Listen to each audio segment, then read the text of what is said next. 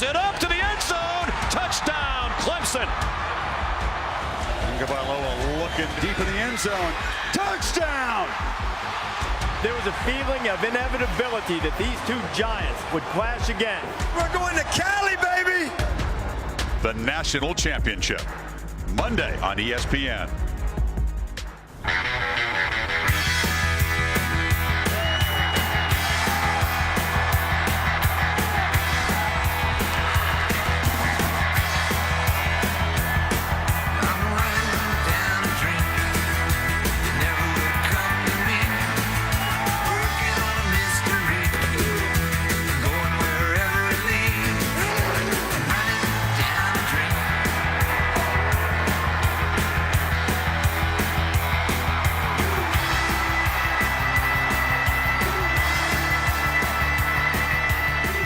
And the Big Ten champions from Ohio State, favorites in this game by about a touchdown. They'll be the first to take the field. Just the third Ohio State team in the last 33 years to make this run out on New Year's Day. And the first for that man. Stoic, but he has to be churning inside.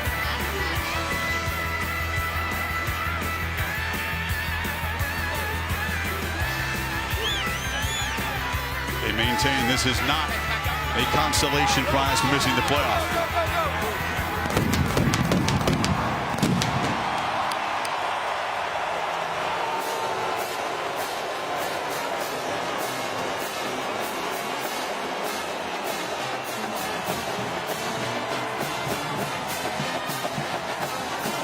Three wide receivers among the captains there. Very unusual. And the purple flares in the far corner, signaling the arrival of the Washington Huskies, the underdogs in this game.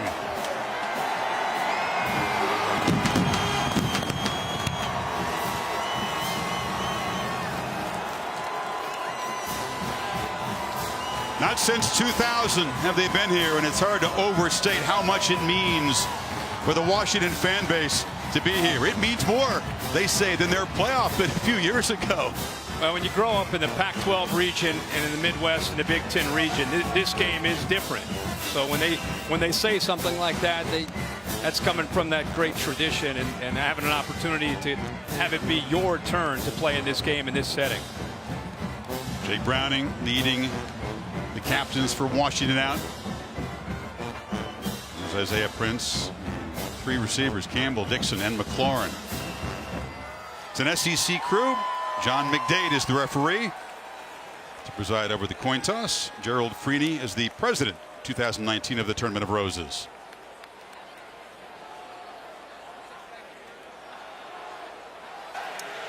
Captains, congratulations on winning your respective conference championships and being selected to play in the 105th Rose Bowl game presented by Northwestern Mutual.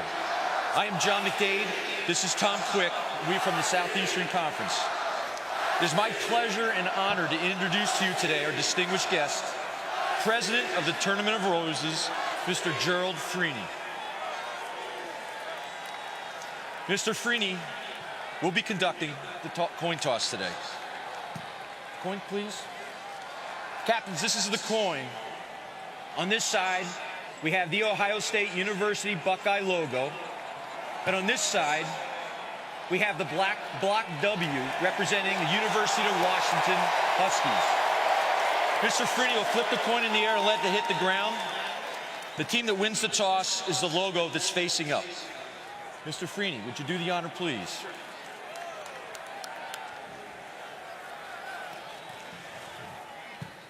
I have the block W for Washington facing heads up. It is your choice. You're going to defer your option to the second half. You're going to want to receive the ball right now. Which goal?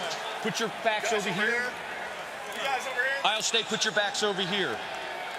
Washington has won the toss, is deferring their option to the second half. Ohio State will receive to begin the game. We'll see the showcase matchup, the Ohio State offense against that rugged Washington D champions. His farewell game, his Rose Bowl debut. Urban Meyer is with Tom Rinaldi.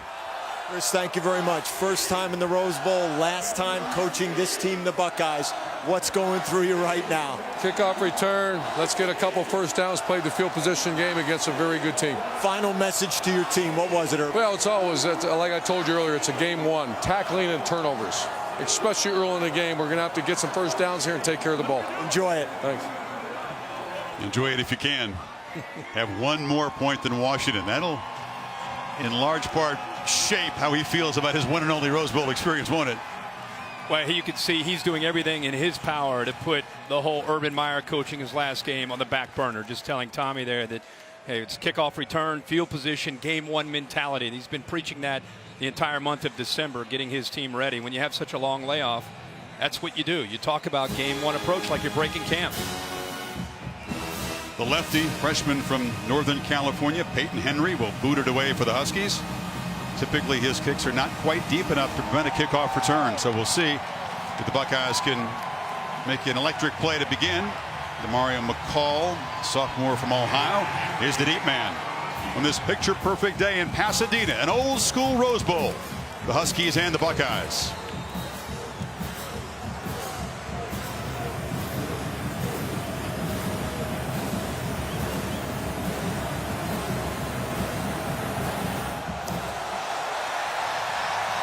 It is a high, deep boot. And here comes Dwayne Haskins, the Ohio State quarterback who literally is living the dream he declared as an 11-year-old in Columbus. What you think of Ohio State? This is awesome. I'm going to college here. You going to college? Now, if you come to Ohio State, what position you going to play? Quarterback. All right. And a decade later, wearing that same headband and that same number 7 scarlet jersey, here he comes after a season that's produced 20 Ohio State records. And a flag before the initial snap. Yeah, the right guard, Wyatt Davis, makes a move. 52. Backup who's starting Offense. today for Demetrius Kennedy. Knox. First down. A little bit anxious. Joshua Allaby is going to start in place of Thayer Munford, who's got an upper body injury. So we'll keep a close eye on some new faces, Kirk, up front for Ohio State. Urban Meyer just talked about first game mentality in the very first snap. A false start. J.K. Dobbins tests the middle of that stout Husky defense, and Greg Gaines is a tough guy to move in there. Talked about that Ohio State offensive line and the challenge they face today. Yeah, Davis moves in at right guard. We talked about that. Allaby now 58 in at left tackle for Munford. Second down throw. Paris Campbell makes the catch, but it's dropped immediately for a loss by Brandon Wellington. You know, Ohio State throws back into the boundary there, and Washington just had them outnumbered. This is a veteran defense. You know, Greg Gaines leads them up front with his size. He's a great run defender. Burr Kirby leads the nation at tackles 25, but this is the strength of this defense. Byron Murphy, number 1, coming up with a lot of interceptions late in the year, kind of leads the way that back on the backside as a playmaker. Washington, a very tough third down defense, and the Buckeyes need 17. They rush only 3. Haskins has plenty of time to survey the field. Now he's running out of it, and he'll be dropped right at the line of scrimmage by Ryan Bowman as the Huskies force a 3 and out. And we talked in the open, this isn't Michigan. They're not going to play man-to-man. They're going to rush 3 and drop 8. Look at all those white jerseys. So Dwayne Haskins is holding on to the football because there's nowhere to go with the ball. So they knew this coming in, that this would be a difficult and a different challenge for their pass game. And Washington wins round 1 there by getting a coverage sack. Drew Crispin, an excellent punter. Aaron Fuller, the Huskies' top wide receiver, is the punt returner, and he has to backpedal. It's a good boot. Fair catch made inside the Washington 30. What a strong statement by the Husky defense. And now here comes Jake Browning. We talked about the 4-year starter from Northern California. The numbers are sparkling. 39 wins is a conference record, but he doesn't have what many Husky fans would call, and the bar is high for them, a signature win. Can he cap this great career with a win in Pasadena? Yeah, he is a quarterback that I think I have a great deal of respect for because of what he has been through today, making his 53rd start. You mentioned the 39 wins. at one point benched this year. Instead of pouting about it, he led his team back to some victories late in the year to get here to Pasadena. A toss sweep to Myles Gaskin, the veteran with more than 5,200 career yards, and that's a very positive first down play. Got about 6. Now this offensive line got a big boost by Trey Adams, a consensus All-American before the season started, but had some issues with his back. Is fortunate enough to be back. Myles Gaskin is unbelievable in the back. Ty Jones, a great receiver. Aaron Fuller. You're also going to see eventually Hunter Bryant, number 1, who's healthy and is a very tough matchup as a tight end with great speed. On 2nd and 5, it's Gaskin out of the backfield. Immediately is swarmed under and dropped for a loss all the way back inside the 30. Jonathan Cooper was there in a hurry. Yeah, Jonathan Cooper there making a big play. Draymond Jones, who's already declared he'll be heading into the NFL, decides to play in this game. Chase Young, number 2, when Washington throws, keep an eye on the edge. He can get after the quarterback. Here's the secondary. There have been some issues at times with the safeties and run support. They'll have to be very consistent today against Myles Gaskin. 6-yard loss creates a 3rd and 11. Salvon Ahmed will rotate in with Gaskin throughout the day. He's to the right of Browning. Terrific receiver out of the backfield. Buckeyes move around pre-snap and bring pressure. And Browning takes a shot. Almost a diving attempt there. Andre Bocelli, who's been the hot hand in the receiving corps the last couple of games. Sean Wade in coverage, and the Huskies go 3 and out. And Bocelli is capable of making plays. He's their big play threat. It came off of the coverage late by Wade. Almost comes up with a circus catch. And Washington, if you've watched them this year, if you're sitting at home and you're a Huskies fan, you know they've not had a lot of success throwing the ball downfield, and they know they have to do that today. Joel Whitford, the Aussie, boots it away, and the fair catch is made. And Ohio State's 2nd possession will begin from their 23-yard line.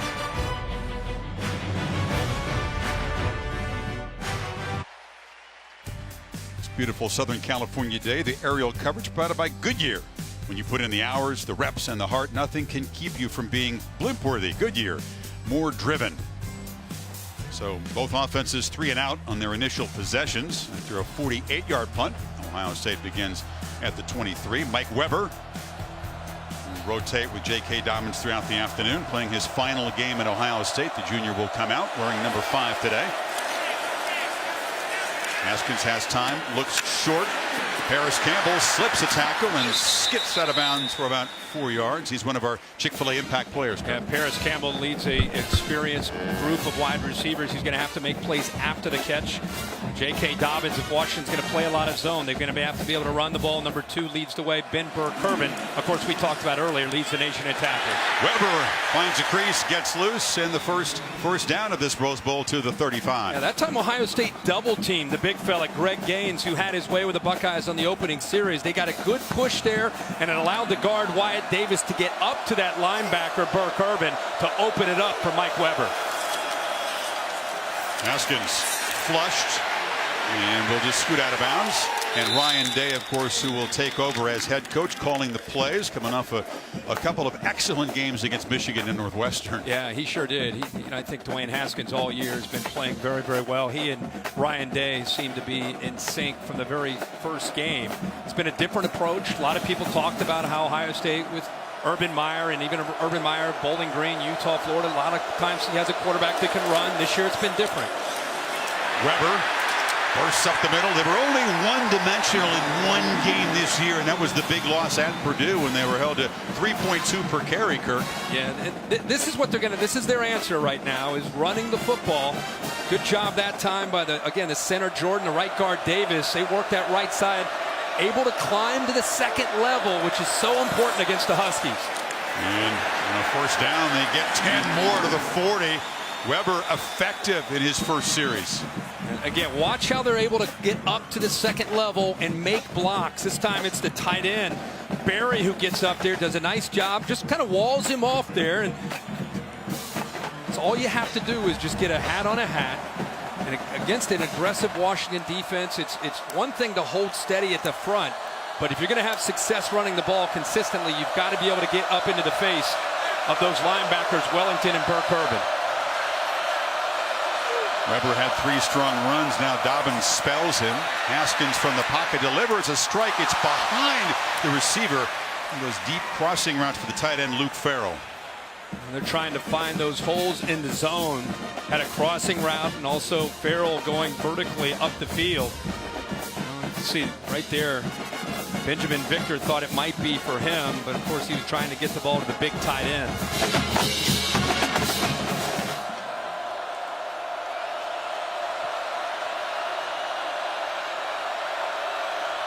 Haskins plenty of time to make changes at the line. Interesting. He makes a change, and then Washington with McIntosh, the safety, makes a change.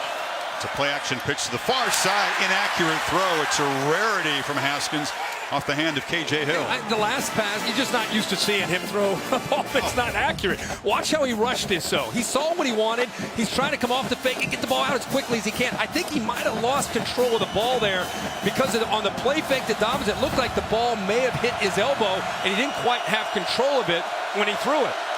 These guys just forget about the laces, don't they, when they try to get get it out. Mario McCall is the back on 3rd and long. Makes a move, breaks a tackle, gets within about 1.5 yards, so a 4th down decision here at the 31. You know, they are in plus territory, and right away they send a couple big tight ends in. Urban Meyer not hesitating, confident he can get a push. It was a 3rd down call with 2 plays in mind, don't you think? Sure. It's Weber in the pistol.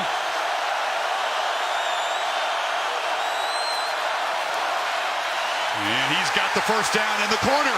Weber down the sidelines, knocked out of bounds. It'll be a 1st down at the 13. Well, that left side of the offensive line, watched him collapse down and allows Weber to bounce this to the outside. Both the tight ends, Farrell and Berry, right there.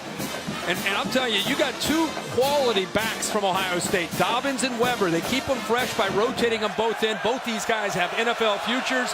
And Weber, young man from Detroit, fired up to be here playing in this Rose Bowl game. He's gobbling up yardage, Kirk. Runs of 9, 14, 10, and now 19 on this drive. They fake it to him, and the ball is batted down at the line of scrimmage nicely. That's Bartlett, the linebacker. Bartlett did a good job staying home. Ohio State just trying to hope that he would maybe kind of fall into the inside off the play fake, and instead he kind of sat back, and he knew he could not get to the quarterback, Haskins, and said he just waits, and then patiently goes up, and he times that up perfectly and knocks the ball down. Haskins across the middle, touchdown! Wide open is Paris Campbell, and the Buckeyes score first.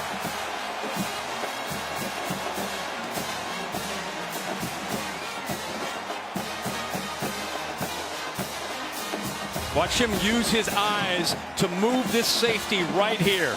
Nice job of the play fake, but the safety follows Dwayne Haskins' eyes as he looks left, opens up the middle, and that's where his man Paris Campbell is for the touchdown. Jake Hobbiel makes it 7-0. Chunks of yardage on the ground to set up the touchdown pass. Comes off that play action. Look at those eyes looking left. Safety has to react to that. Moves him 2 or 3 feet, and that's all he needed to do to create that opening for Paris Campbell for the Buckeyes to get their first score of the game. They're up 7.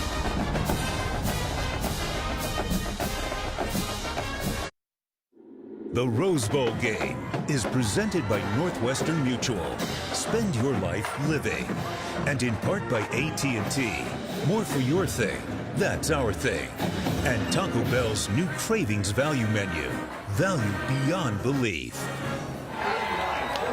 Shaka Khan, the Grand Marshal of the 130th Rose Parade this morning. This is game 105, but it's parade 130, Kirk. And as you know from many around here, the parade eclipses the game. It sure does. People camp out for 3 or 4 days waiting to get their opportunity to see that parade. Buckeyes score on a 77-yard, 11-play drive. Dwayne Haskins' 48th touchdown pass of the season, and with that 12-yard touchdown reception, Paris Campbell goes over 1,000 yards this season, 5th Buckeye receiver to ever do that. Hobbiel to boot it away. Sean McGrew is the deep man for the Huskies, and he'll take it at the 5. Called fair catch. That's a wise move because the Buckeyes' kickoff coverage is very, very strong. Coming up next, you can cap off New Year's Day with the All-State Sugar Bowl from the Superdome. Number 15 Texas, number 5 Georgia, Big 12 versus SEC. Sam Ellinger trying to cap off a gritty season. Yeah, remember, both these teams lost in their conference championship game. Texas to OU, Georgia to Alabama, two very competitive games. Who's got the competitive fire to go in despite that loss into this bowl game and wants it a little bit more? Jake Fromm and DeAndre Swift in Georgia playing great football at the end of the year. Damari Pleasant, third back for the Huskies, is in the game. This is a running back, Salvon Ahmed. They don't hand it off on the jet sweep often. That's just the 13th time this season, so they break a tendency. Short gain. I think they're going to have to break some tendencies, and I think they're going to call their game based on how their own defense is playing. First series went well for their defense. Second series, not so much. So they're going to probably open up their playbook a little bit more, because the way Dwayne Haskins and Ohio State's offense is capable of scoring, I think Chris Peterson knows he's got to be able to stay with them if they cannot slow him down. Browning rolling, chased, and has to throw it away. That's Aaron Fuller, well covered on the sidelines. He's going to be third and long again. The last thing Washington wants to do is dig themselves a hole in this game and all of a sudden get into predictable play calling where they have to throw the football against a very talented group of pass rushers from Ohio State, led by Chase Young and Draymond Jones. Both those guys, Draymond Jones has already declared he's probably going to be a first-rounder. Chase Young is only a true sophomore, eventually an elite pass rusher at the next level.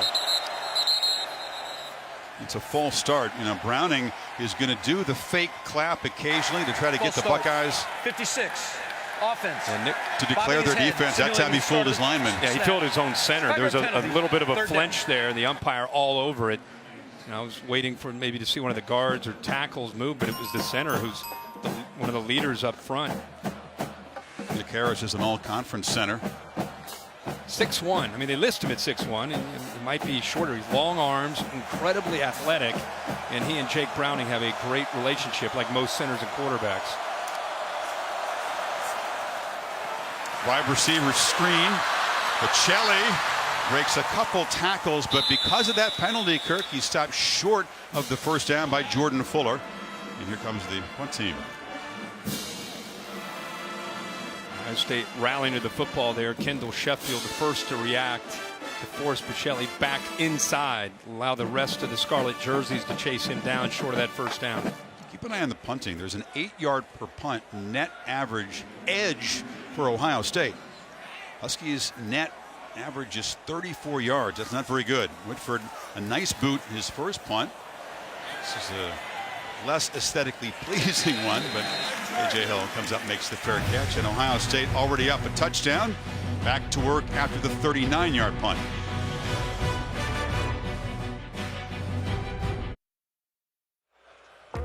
Going to throw for Louise Sisco, Sequoia High School senior, 101st Rose Queen. Lives in San Marino, California. And Taco Bell bringing the best of the regular season to the Rose Bowl game, presented by Northwestern Mutual. The Taco Bell Liv Moss student section, picking up the tab for students from each school so they can be here to join their teams on in Pasadena. Haskins and Ohio State from the 27. And it's a first down handoff. Running game extremely successful was Weber in the last drive. Dobbins gets this carry. Yeah, Ohio State really did a good job of mixing up their looks on this last drive. Wyatt Davis, remember, he is in for Demetrius Knox. Nice job of being able to climb up to that second level on 2 straight plays. Got the running game going, which eventually led to the pass game where Dwayne Haskins looks left, comes back to the right, and makes that throw for the touchdown.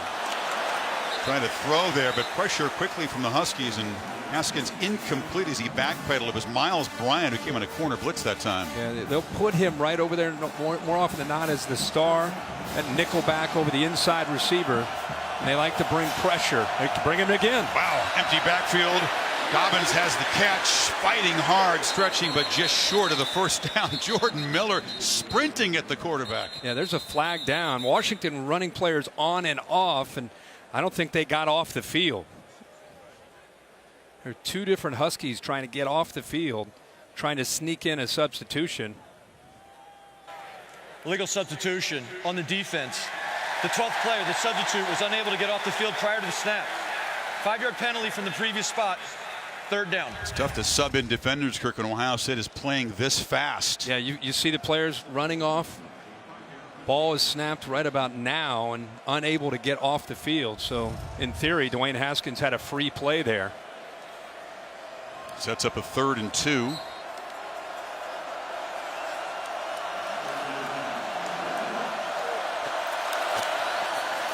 It's a keeper, and he's wrestled down for a loss by Benny Potoa'e.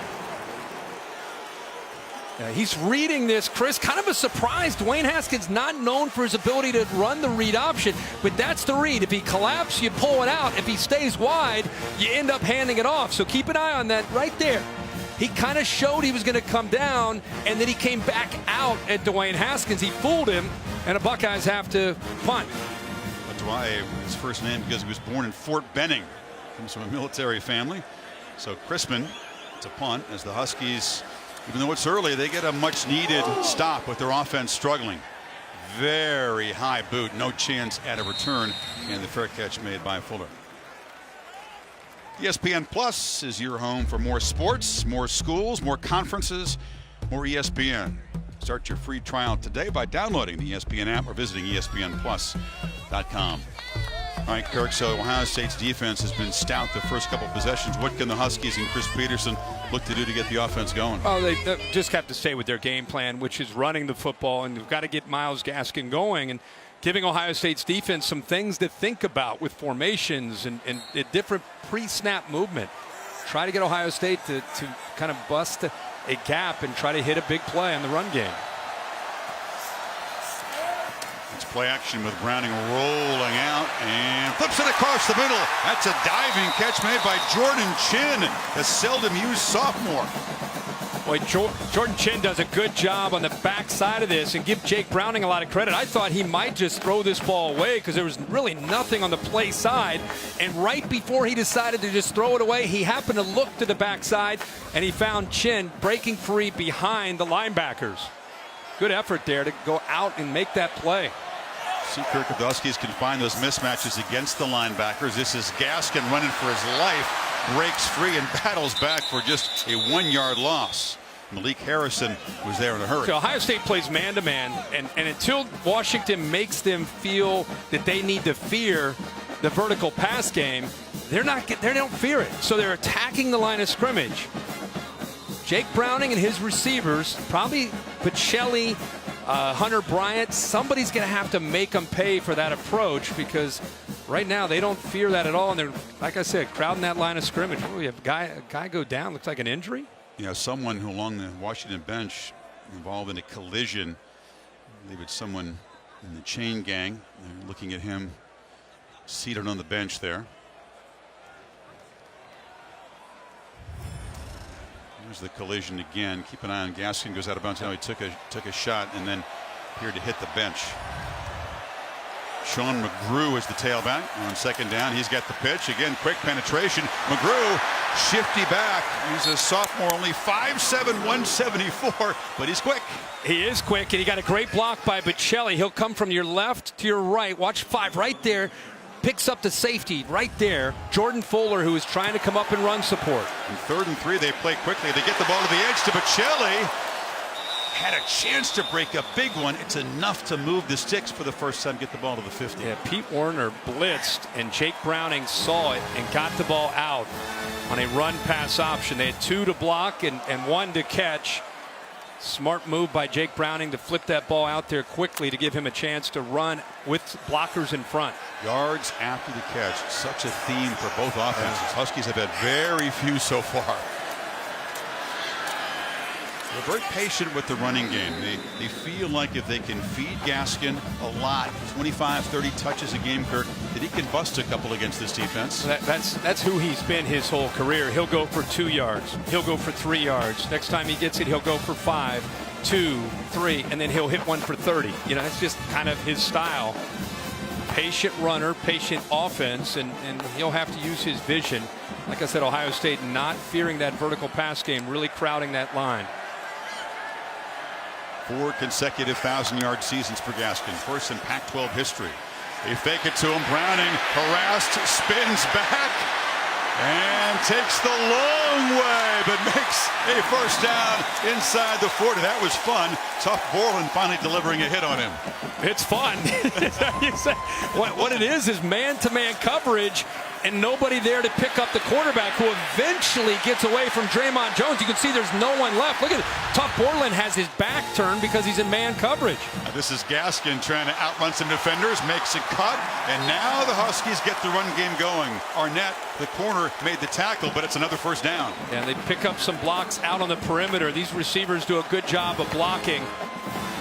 Now they've got the tempo going, and Ohio State's defense a bit on their heels. Again, pitch it to the edge. Fuller hit hard, knocked down after a 4-yard gain. You don't think of Washington and tempo, do you? They're employing it early. They're going fast here, but they are run pass option. Pete Werner keeps blitzing from the field. They keep getting 2 blockers with 2 defensive backs, and they're taking it every time. Buckeye defenders barely get off the field before the snap, and the flag in the pit here. False start. 51. Offense. 5-yard penalty. Second down. Guard Jackson Kirkland on the second false start in the early going for Peterson's O-line. Yeah, the attack there by Browning, doing a good job of mixing it up. Kind of 4-year starting quarterback in command. Talked about the patience of this offense, but he's made some plays throwing, also scrambling, but also recognizing opportunities in their run pass option game. But Chile, the wide receiver, motions out of the backfield. Browning looked that way, now has to escape the pressure. Trying to make something happen on the move. There's a flag down. It's going to be a hold on the Husky offensive line, and this run will be called back. It was a pretty obvious one as Browning was trying to break free. 72. Offense. 10-yard penalty. Second down. That's Trey Adams. Talked about him earlier, back from a back injury where he didn't play most of the year, was able to come back the last 3 games, started in the Pac-12 championship game, and he holds on to Malik Harrison right here in the middle of your screen. Gave Jake Browning a chance to get outside and around him to pick up yards. But Ohio State right now not accounting for the quarterback on the scramble. Instead of being inside the 15, penalty moves the ball back outside the 35. Ahmed is the back. He's got it in the flat, trying to get a block. Does. Shows his quick burst. He's a sophomore from right across the lake from the Huskies campus in Kirkland. Well, he is a difference maker with his speed. Gaskin will do it with the. Oh, here we go again. Ohio State trying to get people on and off the field. Washington trying to go fast. If the offense doesn't substitute, the defense doesn't have a chance. And Washington, you can snap it. And Washington did not substitute there. That's why he's fired up. He should be fired up. They tried to make a wholesale hockey style line change. All kind of Buckeyes running on the field late. SEC crew held things up for him. To respot the ball. It is now third down. I'm not really sure what happened there. Neither is Peterson. The ball went out of bounds, but watch it.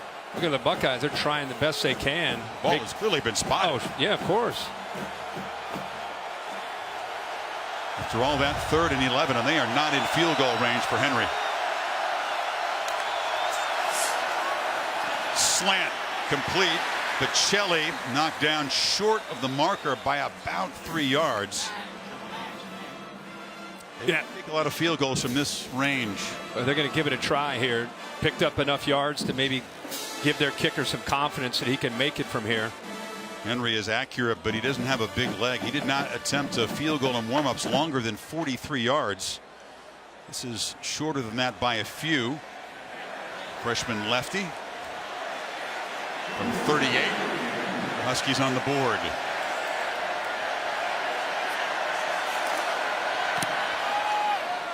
And it's true.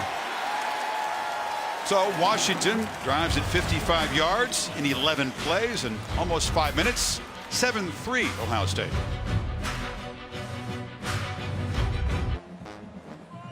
And the physical condition of the Huskies' best defensive player, Taylor Rapp, was the source of some internet rumors. Hip flexor has been the issue. Missed a few plays of the Pac-12 championship game. He was warming up. He was out there briefly in the first series, Kirk, but as the sack leader of this defense, junior safety with an NFL future, if he can't go and contribute, that's a huge loss for that defense. Jimmy Lake, their defensive coordinator, told us the quote was the smartest college football player I've ever coached. Said it can move him around to 4 or 5 different positions. So he's not just a safety back there as a thumper. He's an intelligent player that has a lot of versatility. And if he's unable to go, who knows if he's going to come back. But if he cannot go, that's a significant loss for the Huskies. And Brandon McKinney will step up for him, number 11, the sophomore. Injuries. It's always super secret this time of year. He was trying to practice, warmed up, as Maria Taylor reporting, was out there the opening series, but apparently not good enough to go at this moment. And they're playing with 5 defensive backs on almost every snap because of the style of offense that Ohio State is playing. They've got some depth, but Rapp is really, really hard to replace because of all the things that he does. The left tackle looked like he may have flinched, the left side. See the Washington players right away pointing that out. False start. 58 offense. 5-yard penalty. First down. See the pre-snap chess match on both sides and the early Rose Bowl jitters of both offensive lines. Yeah, right. The tackle Alabi, who's again starting today. Thayer Munford, both he and Wyatt Davis, both have had a procedure call. Both of them in for their first times as starters in big game. Weber had a big drive, gaining chunks of yardage from the Ohio State drive that resulted in a touchdown, a short gain there. Alabi does have 225 offensive snaps this season, so he's seen the field. But this is the Rose Bowl, and you're not the regular starter. Sure. Ryan Day has made it very clear that if you're going to play us this way and sit back and try to prevent the big play, not play man-to-man, we're going to run the ball. And so far, out of their 18 plays, 11 runs to 7 passes. Have been more effective running. Haskins, first downfield shot, and it's McLaurin who makes the catch into Husky territory. That's the accuracy you expect from Haskins. Yeah, that's what you're used to seeing him do. This time, again, because of their threat of being able to run the ball, it makes it a little bit different. But I think that time Murphy just lost awareness of where McLaurin was. Mix up maybe in the zone, did not get back deep enough. Weber bottled up, then bounces it in the final minute of this opening quarter. Ohio State threatening to add to their 4-point lead.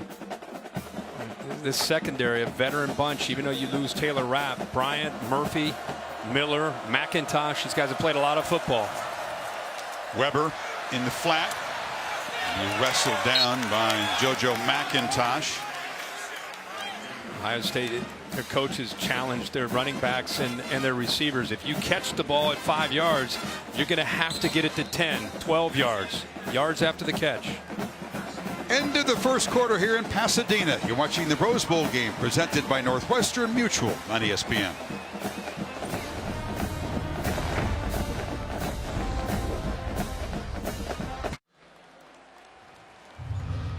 Beginning of the second quarter at the Rose Bowl game. Ohio State on the march. First down at the Washington 36. Moved it 39 yards quickly in 4 plays. Dwayne Haskins 5 for 9. Only 54 passing yards in the first quarter with a touchdown to Campbell. Weber gets wide. And he's going to be knocked out inside the 30 by McKinney, who's backing up Taylor Rapp. It'll be a third down. Washington trying to rotate bodies. I was watching DJ Beavers there trying to use his run pursuit angle to try to get to Mike Weber, and he looked like he was slowed. I don't know if he may have pulled a muscle or something, but he definitely was not at 100%. Already down with Taylor Rapp, who's not out there playing. We talked about the importance of defensive back depth. They don't take that 5th DB off of the field often, and wouldn't expect to against Ohio State. Junior from Culver City, California. Beaver is one of those guys that rotates in behind Ben Burkervin. Top tackler on this defense by far. So Ohio State comes out, and they show kind of what Urban Meyer and Ryan they were hoping they would show, which is an excellent run-pass balance, really running to set up the pass, which is a change from what we've seen a lot of the year. Well, and it has everything to do with the way Washington's defending them. They are relying more on their ability to run the ball, but with Dwayne Haskins' accuracy, it's only a matter of time until they use that running game to set up that lethal downfield passing game that Ohio State has seen all year long. Washington, you have your veteran leader and wrap down. You're going to have to hope, if you're a Washington fan, that they're able to hold up front against the run and try to do the best job they can of getting pressure. An area that's not been a strength of theirs all year, pressuring a quarterback. Can they do something to affect Dwayne Haskins when he does drop back to throw? You see Beavers being helped off, and of course those red zone possessions, finishing with 7 and not 3 is so huge. The Huskies a nice march in that first quarter, but had to settle for a field goal. See if Ohio State can find the end zone again.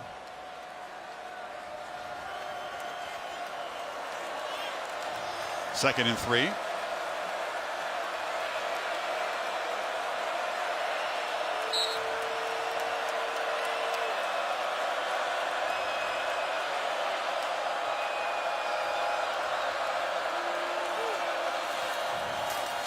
Weber hit and dropped for a loss. It was quick penetration right away by Bowman, and then Joe Tryon cleaned it up. Yeah, they do a good job on this counter play as Ohio State is trying to get the ball run out here. Watch how quickly they're able to come down and blow that up, and even from the backside, as you said, but Tryon is there. Talented young freshman. Husky crowd trying to make some noise on 3rd and 3. Haskins slips it, and it's caught by Dixon. First down at the 20. Kind of a quick sidearm release. And this is probably the most impressive thing about Dwayne Haskins. Most quarterbacks have to step in a throw and make it. See, he can fall back and still whip it. He just flips that ball with his wrist and still the accuracy. Buckeyes move the pile before Burke Curvin stops Weber. In the NFL, and a lot of people are assuming this could be his last collegiate game. In the NFL, it's not just standing back, stoic in the pocket, have 3-4 seconds to throw it. A lot of times, today's game, it's about being able to almost be that point guard on the break and flipping the ball like that from unusual and awkward positions. Dwayne Haskins has that mastered along with the accuracy. And he gets it that quick. Haskins backpedals now, has plenty of time to throw, but just drops it off short to Dobbins, and the running back is hit after a short gain by Wellington. It will be 3rd and short. I was watching him on the field before the game, just laser after laser, every throw just right on the money, and he was right around the 50, and I just said to him, hey man, what's the key to accuracy? I mean, you don't miss. And he's talking about anticipation, knowing where to go with the ball really helps him get his feet right and his mind right. Beyond the throwing part of it, the other components of playing quarterback, the leadership, the toughness. Urban Meyer's been impressed by how he's improved that later in the season. Not naturally a very vocal guy. I think Isaiah Prince, the right tackle, moved again. False start. 59. Offense. 5-yard penalty. 3rd down. Interesting to see. Meyer said that he shared with Haskins, you see the penalty again, the video of Kobe Bryant on leadership. And you don't have to, when you lead guys, you don't have to have them love you. You just have to have them respect you, right? Absolutely. I thought that was fascinating to hear that Dwayne Haskins said, hey, coach, I want to have maybe just a players-only meeting. And Urban Meyer said, no. We don't do players-only meeting. You and I can meet with him. But he told him to watch some Kobe Bryant video, and he said from that point on, things seem to change as far as the intangibles are concerned. Haskins directing traffic pre-snap. Steps up, delivers. Touchdown, Johnny Dixon! And you see the Dwayne Haskins repertoire. Look at the command before the snap and then the accuracy. If you're going to sit back and zone, you better get after the quarterback because he's going to find the hole. And the hole is right there over the linebackers between the corner and the safety to Johnny Dixon. A good job by the pass protection by that offensive line up front. It's the second long touchdown drive for Ohio State. 75 yards, 10 plays, less than 4 minutes, and a 14-3 lead. Haskins, 3rd in the Heisman voting, playing his last game, we think, as a Buckeye, has been sharp in Pasadena so far.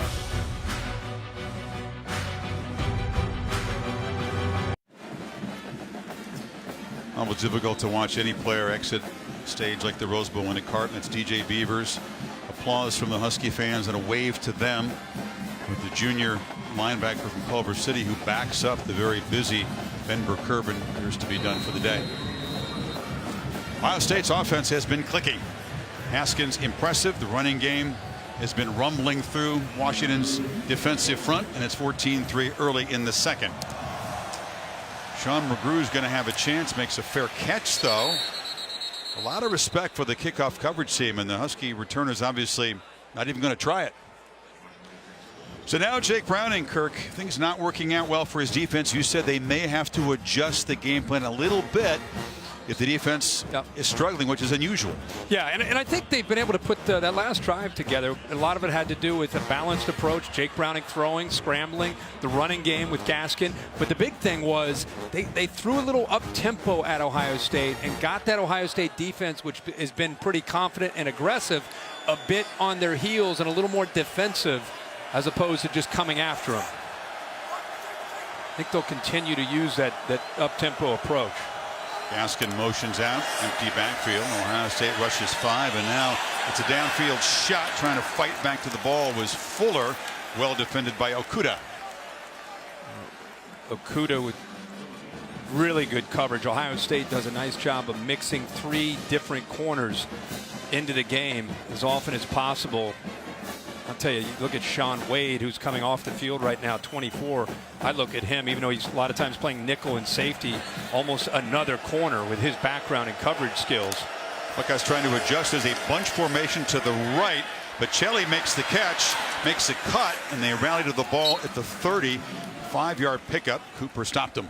And they tried to use that bunch formation using a tight end, Otten, just trying to pick up, again, a physical block. But this Ohio State defense running to the football. Leverage. Remember Urban Meyer talking about how important you play a game after a long layoff. Fundamentals, tackling sometimes is missing in bowl games. Really emphasize that in their prep. He's gotten the fast start from his team that he hoped. Huskies need 5 on 3rd down. Browning has protection, a long throw, and Fuller makes the catch, and they'll move the sticks out across the 35. That's a nice throw. Timing here by Jake Browning. Gets the ball out there to Fuller, who's probably the best route runner. He just kind of got behind Ty Jones, who kind of was just set up there as using almost a little bit of a screen there to get the room he needed. Another throw on 1st down. It's a play action catch made by Ty Jones, tall receiver. Sophomore from Provo, Utah. Here comes that up-tempo approach I talked about, where you try to get Ohio State a little bit confused, try to get them out of their assignment. It's a keeper by Browning, and he ducks down. It's enough to move the sticks again to the 47, ducking under the tackle of Brendan White. You know, this isn't an offense like Ohio State with Dwayne Haskins, where in the blink of an eye they can score. But it's multiple. They do a lot of different things because you have a quarterback making his 53rd start. Now Browning, inaccurate throw way behind Bocelli. Yeah, and the way they try to make up for a lack of big playability is that what to me is the RPO game, the run pass option, which the quarterback has great awareness. He'll do one of these things where it's a run play, but he sees a corner that's soft in coverage by 10 yards, and he'll just take the ball and snap it out to a wide receiver and throw it and pick up 7 yards. So they're efficient. They do it in different ways, but they don't quite have the big playability without guys like John Ross from a couple years ago and Dante Pettis from last year. That's the area that they're probably not the same from where they've used to be. Deep handoff. No way to fight back to the line as Tyreek Smith drives him out. It is so difficult in modern college football to succeed offensively without those big chunk plays. Yeah, you're right. You're right. How about 11 here? Tyreek Smith, the freshman out of Cleveland, keeping his outside shoulder and arm free, getting off of that block by a senior and True Sample, the big tight end. They ran that back into the boundary, and because of the way Smith played that, keeping that left arm free, there was just nowhere to go for Gaskin. Really good play by the young freshman. Miles just 19 yards in his first 5 carries, and now on 3rd and 10. Huskies trying to get closer again. It was Browning, the veteran. Prior to the snap, Offside, 67 defense, contact in the neutral zone. He drew Landers 5-yard offside, penalty. but it's that fake clap. It was hopes can draw Buckeyes offside. I think it was actually a hard clap. I think he told everybody to kind of freeze, and it was a very hard clap, and I think that's actually, you know, what drew them off. It's a word that he uses. It's a key word that indicates to his guys that the clap or the fake clap is not the signal to snap it. So now 3rd and 5. Especially on 3rd down. So effective with Ohio State trying to get into that backfield. Browning backpedals, surveys, and it's broken up beautifully. That was Okudah coming in front of Fuller, and it's 4th down. I'll tell you the best thing that Okudah does here, he's playing man-to-man, crossing route. Watch how he has to avoid all the traffic. There are a lot of bodies coming left to right, trying to get in his way. That's what this play is designed to do. But he does a great job of avoiding the traffic and then the awareness to get the left hand up and knock that ball away. Ohio State spent a timeout. They were discombobulated. Washington had the offense on the field there, not the punt team on 4th and 5. Ohio State desperately needed a timeout to talk about it.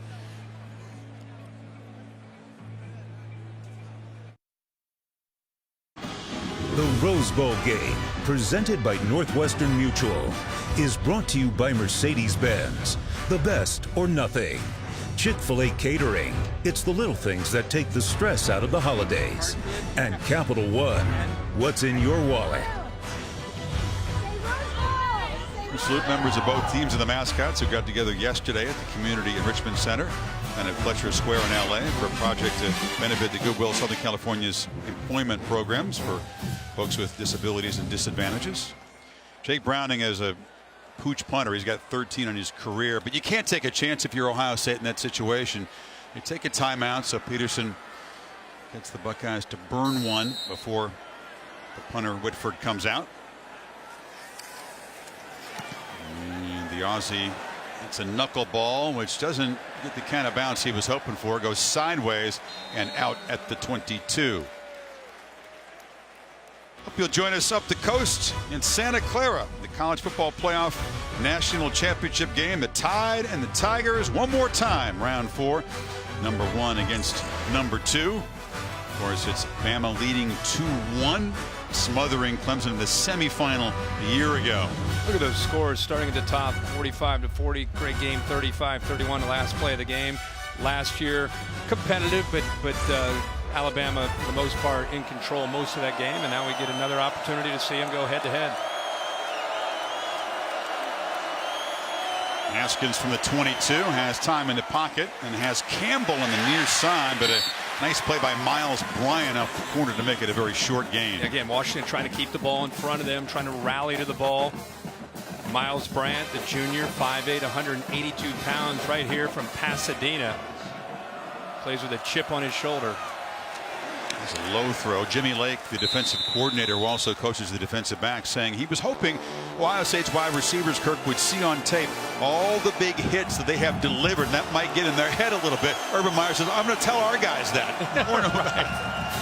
Right, they were hoping to see some of those crossing routes that Ohio State had success with against Michigan. But like I said, because of the style of defense Washington plays, it's a very different approach for Ohio State. They're trying to find the holes in the zone.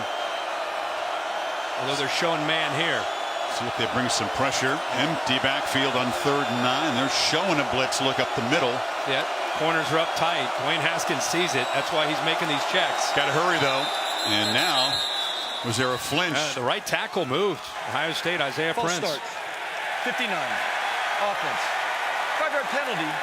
3rd down. You know, you're an offensive lineman. You're sitting up there forever, and you're having a hard time hearing your quarterback. In defense of Isaiah Prince, you know, you're waiting for that clap. You're waiting for the ball to be snapped, but you're up there waiting and waiting, and he doesn't see behind him that Dwayne Haskins is trying to check and do things to try to make sure the protection's right and maybe try to find a matchup against that man-to-man coverage that they were in. On 3rd and 14. Haskins has time, backpedals. Hill's got a long throw across the field, but not first down yardage. Stopped right there by Jordan Miller, and it's 4th. Yeah, when you're attacking that zone, it's about spacing and timing of the wide receivers. Washington's give them a lot of credit, taking advantage of that illegal procedure by the Ohio State offensive line, and they get Ohio State's offense off the field. Already seen the net punting come into effect. It was a poor one, a 26-yarder the last time the Huskies punted, and now Chrisman will try to boot it deep.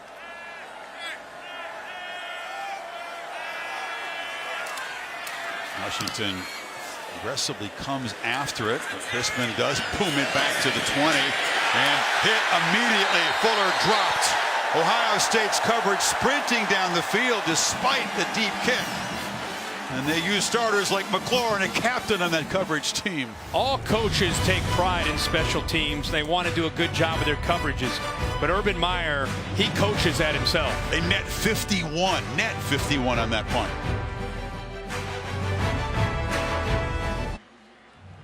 Husky fans on the sunny side of the Rose Bowl, welcome back. It's presented by Northwestern Mutual, but down on the scoreboard 14-3 as they begin from their 20-yard line. Not the offensive start that Jake Browning hoped for. It's been tough sledding against an active Ohio State defense. Another chance to throw it on first down. Wanted to flip it back. Now has to just fire it into traffic. Very dangerous. It's actually batted down by Hilbers, the tackle there. Yeah, see a flag come in because of Hilbers going up and getting his hands on the ball. He was so desperate to knock it down before an Ohio State player intercepted it. This is what's killed Jake Browning this year. Guy has started 53 games. The play's not there. He's got to abort and throw it away. Get rid of it. Instead, he throws it up in play, or Ohio State's defense can make a play on it. You understand the instincts by the big tackle, but that's an illegal touch. He can't knock the ball down there, but it's better than an interception, I guess. Illegal touching. Ineligible player number 70 of the offense was the first person to touch the forward pass. 5-yard penalty at the previous spot. First down. Correction. Ohio State is electing to decline the penalty. Second down. So Werner was in the neighborhood. I guess the big guy felt, I'll take the penalty, but better than the pick. Yeah, but watch Jake Browning. I mean, he sees the screen. Ohio State has it covered. Now he's trying to improvise, and instead of throwing it away, he throws it away. But in play, when those kind of plays have cost him this year, and that's why he has 10 interceptions on the year. Now it's a short throw again, and hammered immediately as Bocelli by Kendall Sheffield, who's known more for his speed than his hitting, but a nice play there. DeMaria Taylor on the Washington side. Well, Chris, you mentioned that Washington hasn't had the start on offense that they want, but Jake Browning is doing everything he can, at least emotionally, to be a leader on the sideline. He's going up to every single player on offense and saying, okay, we're going to use tempo. You know, they can't slow us down. There's a way that we can still win, trying to keep their mind focused on the task at hand. But you can see it's very difficult as they're climbing an uphill battle right now, guys. Chris, this is the guy that's got to make a play right here, Hunter Bryant. No catches by the Husky tight ends at all today.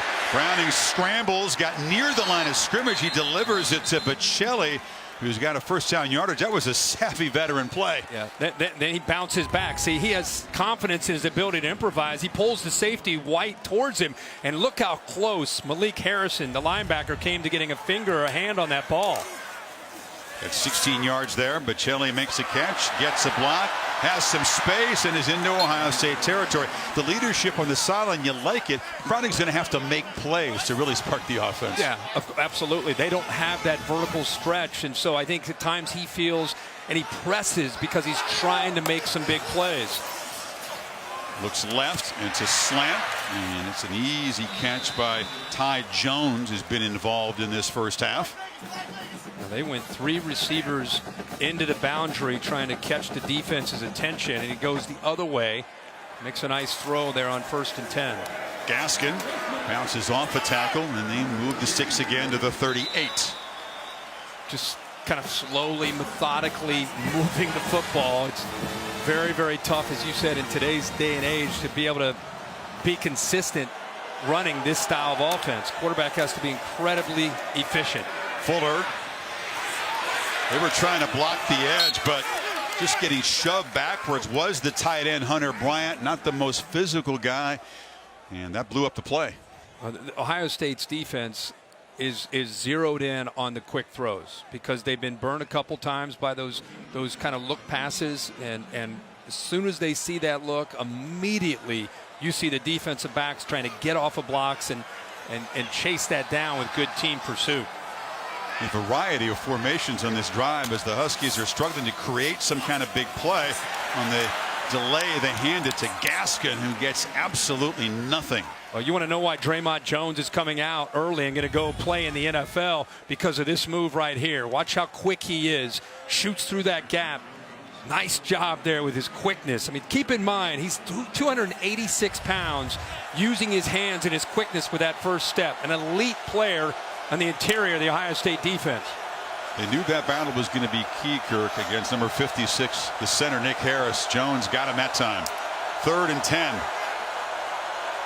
Savon Ahmed is the back to Browning's right. Buckeyes bring some pressure, and Browning delivers from a pocket in traffic, incomplete. Beautifully broken up there by Sheffield. It had a nice series. Yeah, you're used to seeing Chase Young and Draymond Jones. Now they're getting pressure from Tyreek Smith. He somehow gets this ball off, and I thought he was going to come up with a heck of a catch. The ball got on him. Browning had to anticipate, because of that pressure from Tyreek Smith, get it out a little bit earlier, and they almost came up with the execution. Is Browning going to punt, or is he going to give it a shot here on 4th and 10? Yeah, drops back, and this will be the 14th punt of the quarterback's career. See how his touch is. Oh, he almost bounced to the end zone. He stopped it. It's not bad. Ty Jones almost kicked it into the end zone, but he stopped it on that 1 yard line there. So the Buckeyes will start from the 3. And going to do something here, up 11. 4:26 until halftime.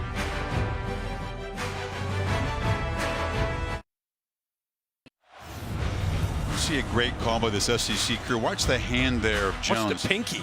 It right just there. touched the ball at the 3. Because we all thought, boy, they downed it at the 1 yard line and they marked it at the 3. Give the officials a lot of credit for somehow seeing the pinky in real time. Yeah. So from the 3, it's Weber spinning and almost breaking a long one. It is first down yardage now near the 14 before McKinney, who again is filling in for Taylor Rapp, who's got a hip issue today. Great block again. Wyatt Davis is having a heck of a game at right guard. Does a nice job of sealing that off. And the big left guard, Pridgeon, gets up to the linebacker there. That's a battle Washington cannot afford to lose. The Buckeyes, when they're moving the ball, that line of scrimmage is being won by the scarlet jersey. Campbell, short catch. So far, not a lot of yards after the catch by the Buckeye receiver, something they're known for. That's been a victory for the Huskies so far, but the Buckeyes have still reached the end zone twice. Yeah, and something that both Urban Meyer separately, we sat down with him and he talked about the importance of catching the ball and immediately getting upfield vertically, and then a half hour later sitting down with Ryan Day, big key to him, receivers catching the ball against zone, turning immediately, not dancing, getting upfield vertically. We're calling it what, catch and knife? Yeah, knifing upfield. Weber bouncing off a tackler, bouncing off another man, knocked out. First down yardage again at the 31. It was Bartlett. Running that counter play, following the left guard, Pridgeon, also the tight end. It's like the freshman that time, Ruckert, leading the way, but that's a good instincts by Weber on that cutback, just trying to run to grass. Ohio State trying to impose their will against this zone coverage, trying to win the line of scrimmage, and eventually going back to Haskins to throw.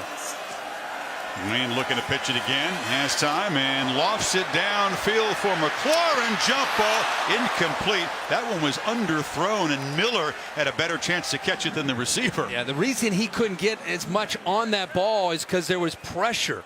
They did a good job with Shane Bowman with a big body. Middle of the year, he started to get healthier, and Seven Haskins unable to really get the follow through to get the velocity on the ball.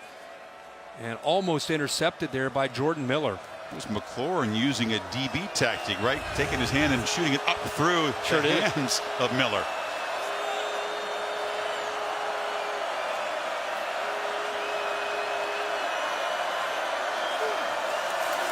Take it to Dobbins, and Haskins across the middle.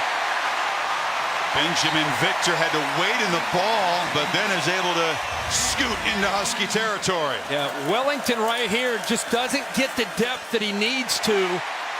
And Dwayne Haskins recognized that and throws it to the lengthy Benjamin Victor. Dobbins dances up the middle and then lowers the shoulder inside the 40. It's another first down. Again, they come right back to the line of scrimmage. Nice mix here with Ryan Day. Running the ball.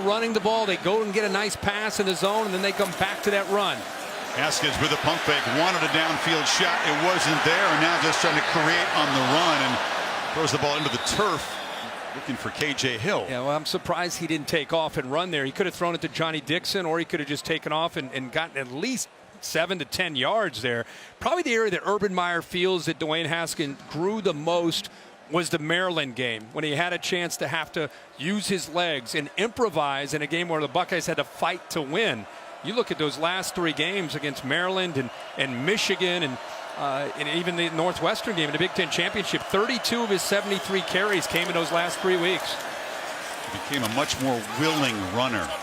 He was reluctant early in the season, not an instinctive runner.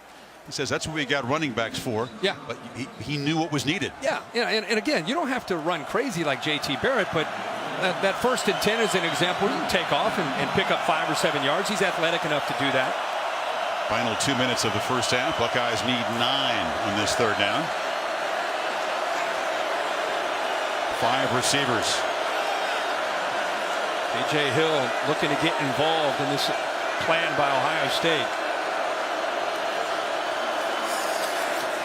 Haskins looks, shows the strength, but that's off target, looking for Johnny Dixon, and it's 4th and 9. Are they trying to pooch it down there, or do they give it a go here on 4th down? I think Urban Meyer with the lead will probably try to use field position late in this first half and pin Jake Browning back. They've won that field position battle most of this first half. No doubt. Crispin has done his job, and he's very good at knocking these punts deep down inside the 10. Keep in mind they've got a couple timeouts as well, so if their defense holds up, if Washington just tries to run and work clock, they may get the ball back. Huskies would think have a long way to go before halftime. They will get the football to begin the second half. That is just brilliant. Backed up a little bit more than he hoped, but that is precision from the guy that also has a very big leg. And Ohio State has really out-punted Washington as well as outplayed them in the first half. Our aerial coverage provided by Goodyear. From the end zone to the uprights, nothing comes between hard work and a goal. Goodyear, more driven. A beautiful day to fly. Very clear day at the foot of the San Gabriel Mountains. I mean, look at that. The Indeed halftime report. You got Reese, Dez, and David down there in the corner of this beautiful field. Take a look at PlayStation Fiesta Bowl highlights and preview the Sugar Bowl as well. When I used to watch this game and it get dark around 4 o'clock, you turn on this game and you watch it and you're like, where do they play that game? Like, that's Fantasy Island, whatever they're playing that game.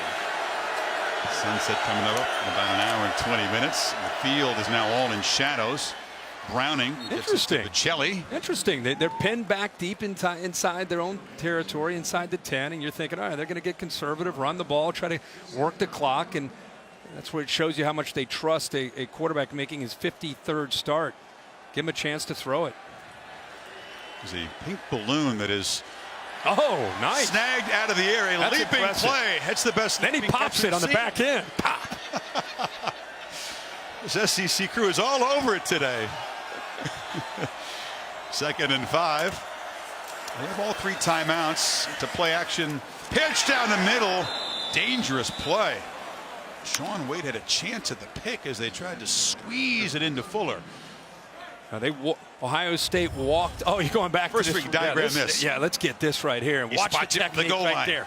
He's going. He gets air. Yes, he did get air. Grabs it at the 10 and then disposes of that.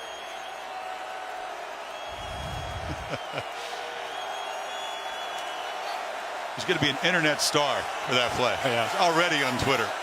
3rd and 5. Ohio State, if they can get a stop here, will have time and should have good field position. It's a low snap. Browning fires incomplete. That was all on the quarterback. Pressure wasn't there. Fuller was open. And now it's 4th down. Yeah, they brought Pete Werner on a blitz, and also Browning right here and also right here. Nobody picks up the quick slant, and Browning is not affected by the pass rush. He has time. Werner did not get into his face, and I think Chris Peterson knew he had a first down, and instead he ends up having to punt, and Ohio State didn't have to use either one of their timeouts, so they're going to get great field position and a chance to get points. They blocked 3 punts this year. come after it, and Whitford gets it away. It's not a thing of beauty, but it backs uphill at least to his 42-yard line. So exactly 1 minute to go in the half. Now good field position. AT&T giving their best. Looking at Dwayne Haskins. First half. First touchdown. He looked off the safety, got him moved over to the left, came back and threw it. Haskins at times just doing a very good job. You can see the presence in the pocket against that zone. Thanks to that offensive line doing what they needed to do there to give him the time. He's able to find Johnny Dixon for a touchdown. Different kind of game. It's required patience out of Dwayne Haskins because, again, this style of zone defense and kind of a bend but don't break mentality of Jimmy Lake and the Huskies. 13 completions for 124 yards, but the 2 touchdowns. Huskies twist the pass rush, don't get near him. Victor has it. First down, just about the 47. Now there's an example of trying to make that catch and get upfield. Now Dwayne Haskins in command in this 2-minute drill. And now Haskins has a man open. Campbell hit. And this is just a huge sequence for the Huskies, given how their offense has struggled. And Ohio State stretched this to 21-3 before the break. And now there's really no reason to be urgent here with 40 seconds, still 2 timeouts. Ohio State's going to use one of them. Oh, the Huskies are. You spend one on defense, try to get their heads collected because Peterson knows how massive this sequence is coming up. Yeah, they brought to corner blitz on that last play with Jordan Miller, and they were just outnumbered. Talk about spacing and timing. You had 3 receivers, only 2 defenders. Somebody's going to be open, and instead of forcing him to throw underneath the Victor, the defense came up on Victor and gave him a chance to get the ball thrown behind the defensive back.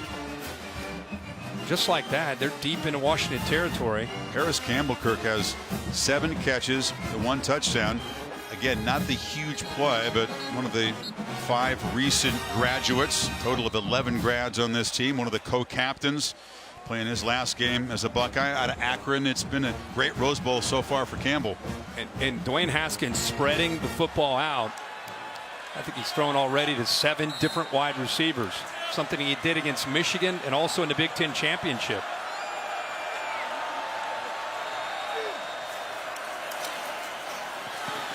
Clean pocket. Haskins downfield, and a flag comes in. They look for Victor, and Jordan Miller ran into him to prevent a touchdown.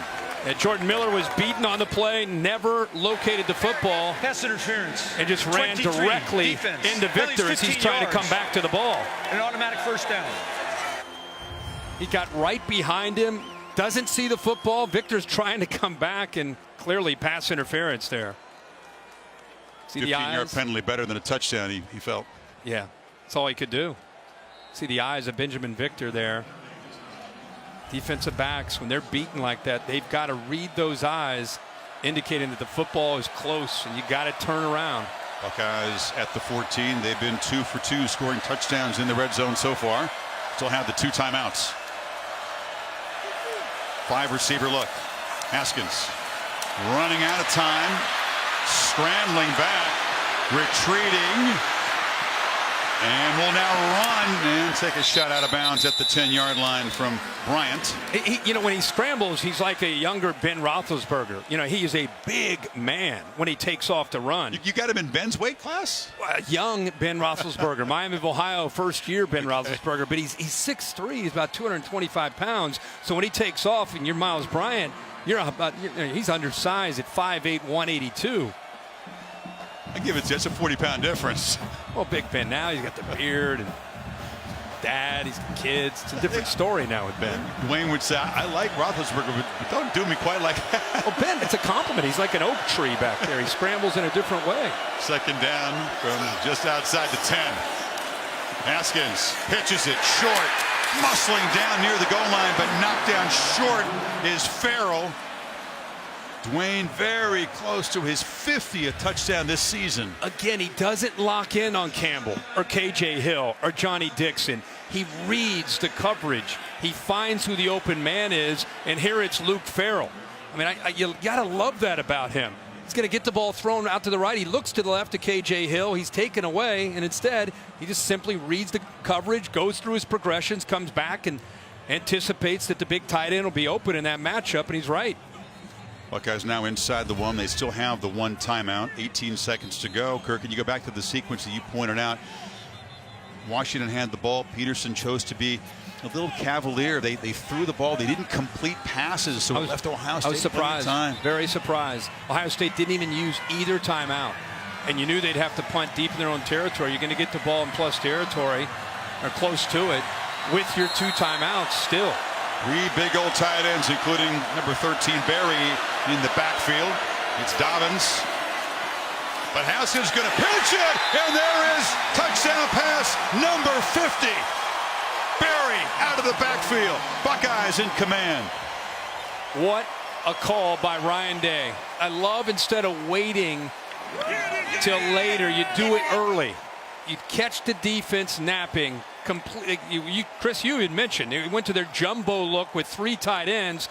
Everybody thinking, okay, they're going to try to really run the ball between the tackles here, but instead they use those tight ends as a decoy and slip Barry out into the flat where he's all alone for a touchdown. They used him in motion just to create a little bit more confusion. He went here, then he came back. He's right here. Just going to simply go out into the flat, see if anybody stays with him. They're thinking run the ball. They're going to run Dobbins. We got him stopped. Nope. Touchdown, Ohio State. 3 first half touchdown passes for Haskins, and 3 is the season high allowed by the Huskies. You saw smiles from Ryan Day and from Urban Meyer after that call and that pitch and catch. Exactly what Meyer hoped he would see in his final game at Ohio State in his first Rose Bowl. He said wow. Yeah, wow. We're all saying wow. Dwayne Haskins, the man who was a distant third in the Heisman Trophy balloting, he did not appear on 38% of the Heisman ballots somehow. How does that happen? Somehow? Yeah, 38%. What are they watching? I mean, maybe you think that Tua or Kyler Murray deserved it more, but Haskins deserved to be in New York, and he deserved to be on every ballot. Yeah, you vote for 3 guys, right? Yeah. So perhaps a little chip. Haskins, of course, a redshirt sophomore, expected to come out after this game. It's McGrew on the return. And the Huskies, when they get the football to begin the third quarter, are going to be down by 18. Tomorrow night on ESPN, NBA Wednesday doubleheader begins at 8 o'clock Eastern time. The Timberwolves take on the Celtics in Boston. Then the Lakers hosting the Thunder at the Staples Center. We know that LeBron is a big Ohio State fan, as a native of the Buckeye State. Do what we do. Excellence, domination at all 3. I always brag about LeBron James, the football player. He's an all-state wide receiver, and I know he's obviously gone to a whole different galaxy in basketball, but telling you, could have been a great football player too. He loves his Buckeyes. And the Buckeyes gain 272 yards in the first half. Huskies only allow an average of 302. So Chris Peterson's team will be in a deep hole beginning of the third quarter. He's with Maria. All right, Coach, as you look to get back into this game, what's the biggest adjustment you feel like your team should make in the second half? Yeah, we need to stay on the field on offense, convert a few more third downs, can't go that quickly 3 and out.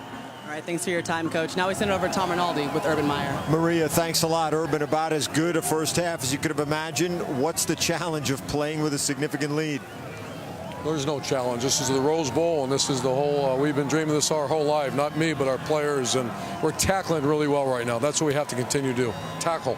You said game 1 was the challenge. What pleased you most with the performance? Well, I'm the negative guy. We had 4 silly penalties, but we're tackling and we're taking care of the ball. You win games when you tackle and take care of the ball. Appreciate it. Good luck second. Those are the 2 things, Kirk, that he was hammering on. Take care of the ball, no turnovers, tackle well. They certainly have. Myles Gaskin, 24 yards in the first half. That tells you about the tackling. Well, the Indeed halftime report is coming up right after this messages. 21-3 Ohio State at the break.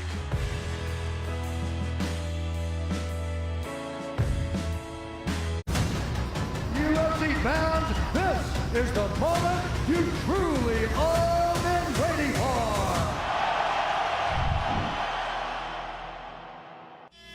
No setting in sports is this cinematic.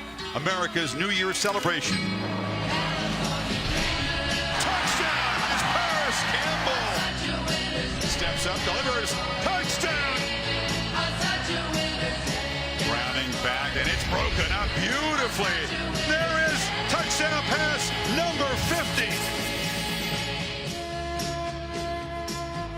We're set for the second half. Rose Bowl game 105 presented by Northwestern Mutual. As the sun drops to the mountains here, Ohio State's mood is very bright. A 21-3 lead. Dwayne Haskins touchdown passes to 3 different receivers, and number 3 for the Huskies, his counterpart Jake Browning, will get the football first, try to get things going. This is not, Kirk, a team built for big comebacks. So what can the Huskies do to get Gaskin and Browning on track? Well, I think it's still a team that has to do what they do. They can't, all of a sudden you're not going to have John Ross show up at halftime or Napoleon Kaufman. They'd love that. Yeah, they don't have big playability on the perimeter, and Ohio State doesn't respect the threat of them throwing the ball downfield. So you gotta get the running game going, and you got to get the passing game going when you get the ball out quickly. Right now, it's hard to imagine them being able to click right now on offense without that threat of a receiver. Left hash to left corner, like all Ohio State kickoffs, and it's a fair catch. Northwestern Mutual brings you the plan to play. Here's a freshman, a future star for the Buckeyes, making a play. Yeah, and Urban Meyer made a comment walking off the field with Tom Rinaldi about, hey, we're tackling well. They are. They're playing very, very well, and Dwayne Haskins has been patient. Ohio State has run the football effectively to be able to eventually go back to Dwayne Haskins. And you wonder at the end of that first half, the sequence when Washington got the ball inside their own 10, instead of working the clock and trying to get out 14-3, they threw. Ohio State didn't have to use any timeouts. They were able to put a touchdown on the board at the end of the half to go up by 18. They do remain patient with the running game, but Gaskin has yet to really break one. Ohio State 3 for 3 touchdowns in the red zone, and that's always a massive factor. Huskies have yet to get down to the red zone. No, not at this point. And I know Urban Meyer and Greg Schiano and the whole defensive staff have to be very proud of the effort of the Ohio State defense and the way they're flying to the football against that run game of Washington's. These are the 2 units on the field that were heavily criticized by their fan base. Despite successful seasons, the fans have high standards. The Washington offense not dynamic enough for their fans, and this Ohio State defense has not played like this very often, really, until the last couple of games of the season. But when they came into this year, they lost a lot of talent on the defense from a year ago. Denzel Ward was a first-rounder. Damon Webb, Kerry Coombs, who's a defensive coach and did a lot for them, went on to the NFL with Mike Vrabel and the Titans. Linebackers lost Jerome Baker and Chris Worley. Defensive line, Hubbard, Tyquan Lewis, Jalen Lewis, Nick Bosa left. Think about all those guys that they lost. So they had to learn on the fly. Direct snap to Gaskin, and the Wildcat play does yield first down yardage to Maria Taylor. Well, the message coming out of the Huskies locker room right now, Chris, is that they have to get some more pressure on Dwayne Haskins and try to get a stop defensively. And Coach really just trying to keep his team in it right now. And also Taylor Rapp coming out of the locker room in regular street clothes. So right now the Huskies defensive leader in sacks will not be returning to this game, and they're going to have to find different ways to generate pressure, guys. And Maria, reports on the internet of that hip flexor problem, which Washington had sort of denied, proved to be true. Gaskins, a quick burst. You can see that he's dangerous, but the Buckeyes do close it down quickly. First down to midfield. That's a good first down run. Watch the double team right here, and then you get the block right here by Washington, and all of a sudden it opens up a nice crease here. You see Tuff Borland trying to get up there, and he's just picked up there with a wham block by the tight end, Drew Sample. And one of the few times we've seen Myles Gaskin have some room to operate on a 1st and 10 carry. Yeah, 13 yards, his longest of the afternoon. This drive feels very important, down 18, with the way they've struggled to stop Dwayne Haskins.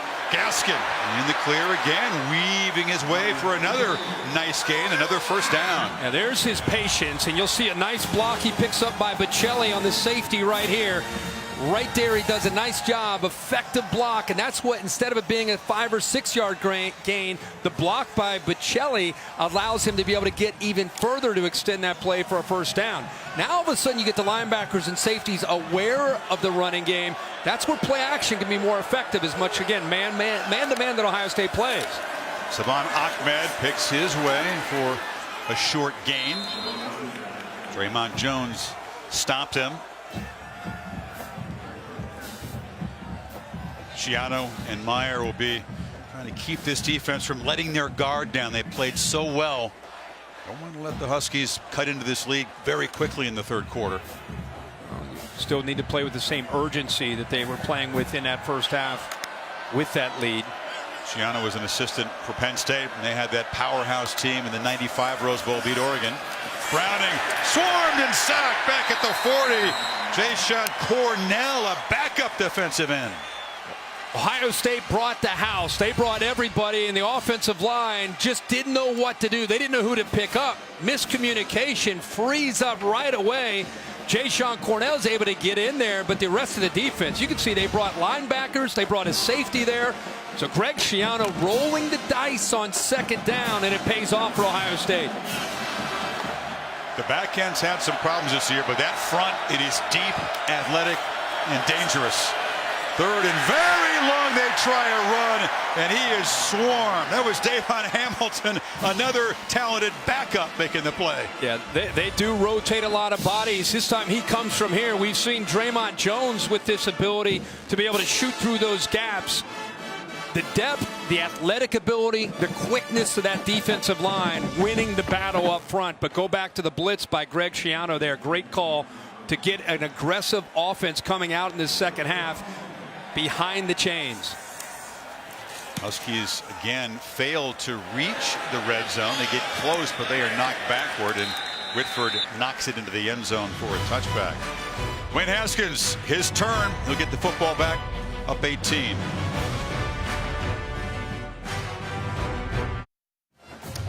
Checking out with Tom Rinaldi on the Ohio State sideline. Chris talking to Ryan Day as he made his way out of the locker room. He said the message to the team at half was simple. Don't take a deep breath. Play this game as if from zeros. Don't allow Washington to get any momentum or belief. You give up a score, suddenly they get the momentum. Secondly, most pleased offensively with the run game. We talked, Chris, about the quote-unquote knife game, getting north and south. Most pleased that they've done that as Haskins connects. He does. It's Paris Campbell off that play action as the Huskies were loaded up against the run, and they moved the ball out near the 40. Great job on 1st and 10. Linebackers out of position. Paris Campbell saying, come on, Dwayne, give it to me, give it to me. I'm ready to go. There's nobody in that second level of the defense. Everybody expecting the run game. And there's no throttling back on the tempo. They're playing quickly despite the lead. Dobbins knocked down after a short gain. And if you're playing with the lead, you love to hear that aggressive attitude. Instead of, hey, we're going to work the clock and, let's continue to just try to take our time. Instead, let's keep being aggressive. Let's keep attacking a team that's down by 18. Haskins, again, 0 pass rush. Campbell knocked down immediately. It's a short gain. It'll set up 3rd down and 3. It's a bad combination when all year Washington has not been able to rush the quarterback. 101st in the nation with only 21 sacks. And against a quarterback that's incredibly accurate, it's a bad combo. It's Campbell, makes the catch, knows exactly where the marker is, gets enough to the Huskies 48. Yeah, zone defense. It's been that way most of the game. Receivers using head on a swivel, look around, find the soft spot, make sure you're beyond that 1st down marker. It's exactly soft on 3rd and 3, though. Yeah, exactly what Campbell's able to do.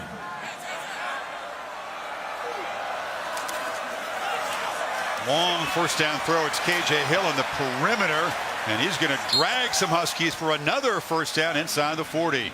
That's a throw that it's a long throw, but the accuracy, because yards after the catch, you got a couple blockers in front, and KJ Hill, because he's able to catch that ball in stride, picks up a couple blocks down in front of him.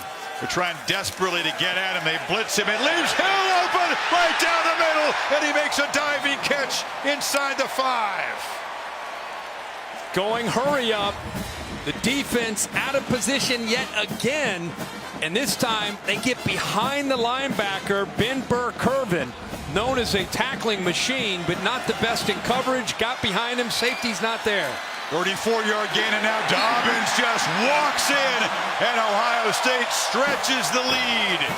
No stopping this offense in Meyer's farewell game. 80 yards, 7 plays, 202. Urban Meyer is a big believer.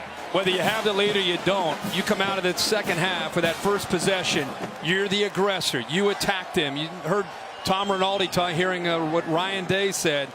It's exactly what they did. 7 plays, 80 yards, a little over 2 minutes, and they go up 28-3. It's raw aggression. The Huskies tried an aggressive approach on that deep shot. They brought the blitz, but Hill made him pay, and then Dobbins made it look really easy.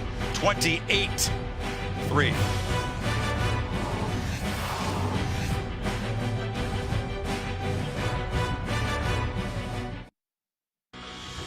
The Rose Bowl game, presented by Northwestern Mutual, is brought to you by Gatorade Thirst Quencher, the proven sports fuel.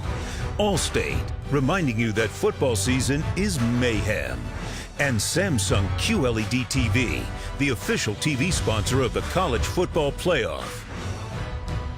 Woody Hayes won 4 of Ohio State's 7 Rose Bowls. Jim Tressel, Terrell Pryor at quarterback, beat the Ducks. That's Ohio State's most recent Rose Bowl. And Urban Meyer, in his one and only Rose Bowl, leads it 28-3. You know, he's not getting misty-eyed or nostalgic.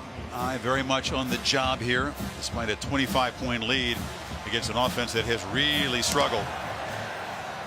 McGrew, no fair catch this time, and nowhere to run. Swarmed at the 22. Good one tonight. Looking forward to seeing Texas and Georgia in the All-State Sugar Bowl. Sean McDonough, Tom Black, Charlie on the call down there, 8:45 Eastern time when we are done. Also available on the ESPN app. Give a pick in game day this week. I think this could be a great game. I think Georgia, more talented team. Find out. Both these teams lost in their conference championship game, and Sam Ehlinger, who's been playing with a banged up shoulder most of the year, has had a chance obviously to get healthy. But Georgia, man, clicking with DeAndre Swift and Jake Fromm second half of the season. Buckeyes really crowd the line on first down, and Browning rolls out. Another broken up pass by Okudah. He's trying to get the ball to Aaron Fuller. Nothing working, even when they try to throw on first down. Boy, Okudah trying to stay with him. This has probably been the best chance that they've had, is these backside routes. Never quite got a hand on it, but he was able to run in stride and make the throw tough as far as the accuracy there for Jake Browning. Okudah's a good-looking young corner, 6'1", 200 pounds, out of Texas.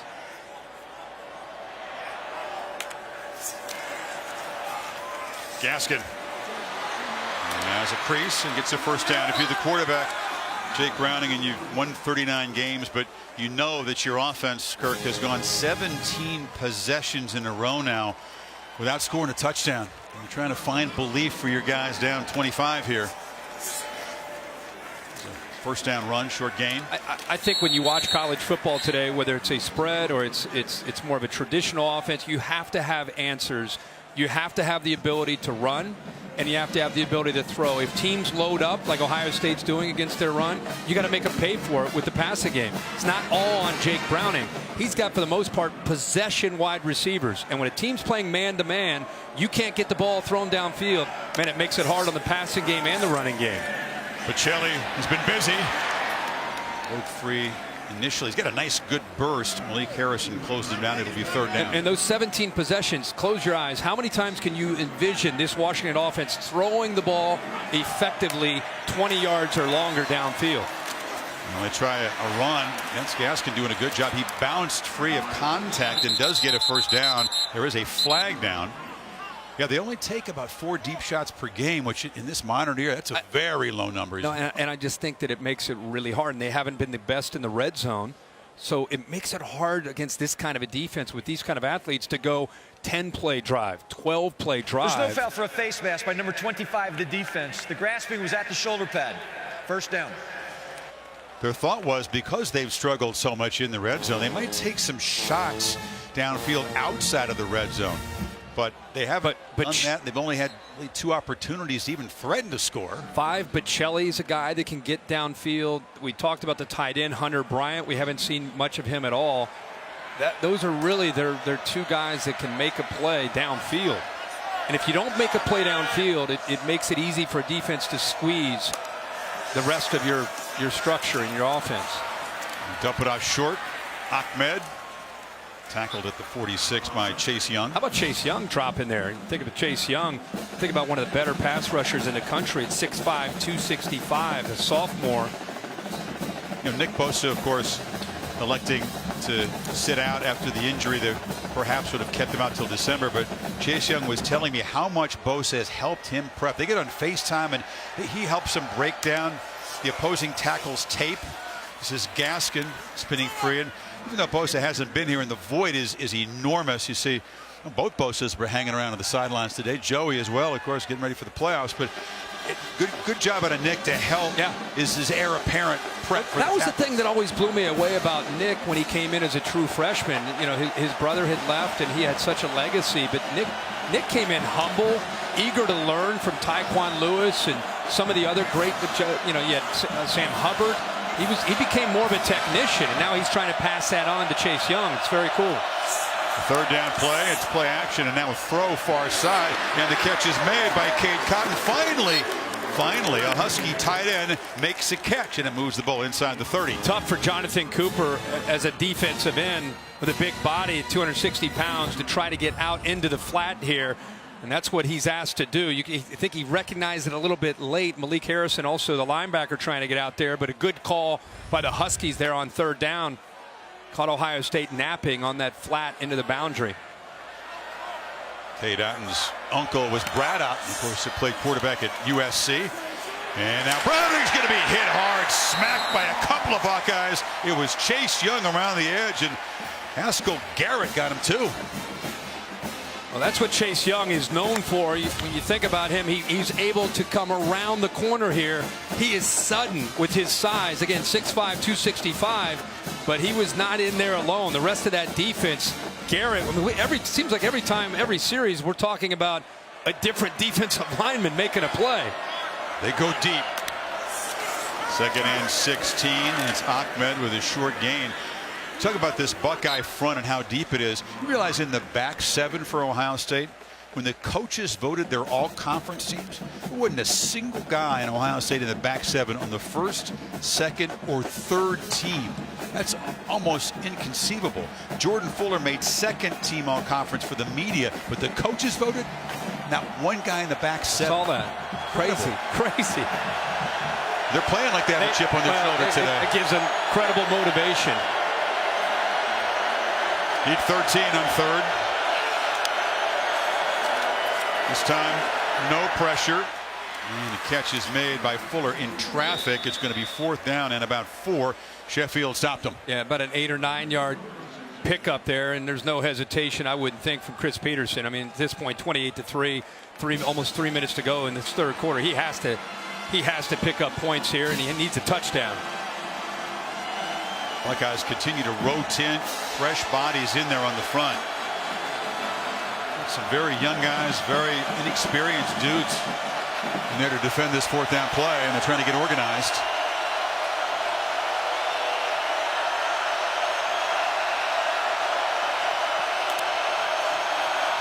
Browning rolls, retreats, and fires far side. Broke it up again. Okuda's having a monster game. Good job here by Okuda, but late by Jake Browning. I don't know what he was waiting on. Look out into the flat. He's got an open receiver in Fuller now, but he waits, and it gives the very athletic Okuda a chance to break on the ball and knock that ball away. The Huskies, again, don't come away with points. Dogs are in the building. Jake Fromm and Georgia headed to the Superdome. The All-State Sugar Bowl coming up against Texas. He wasn't one of them, but there were some Georgia players tweeting about Notre Dame's loss in the playoff game and feeling like Georgia deserved to be there. Not ideal heading into a bowl game. Now you got to go back it up. There's a run to Weber. He's trying to get to 1,000 yards for the season. And there's the beautiful sunset. Golden light in the San Gabriel Mountains here. I know you're looking forward to the sunset. I do. I do. Takes about me back to 20 minutes to wait. Being a kid, it's beautiful. There's a first or second down incompletion. That breaks a string. Haskins had completed 9 in a row. He was 5 of 5 on that touchdown drive. Paris Campbell today, Kirk, by the way, 10 catches is a career high, and 89 for the year. Sets an Ohio State record.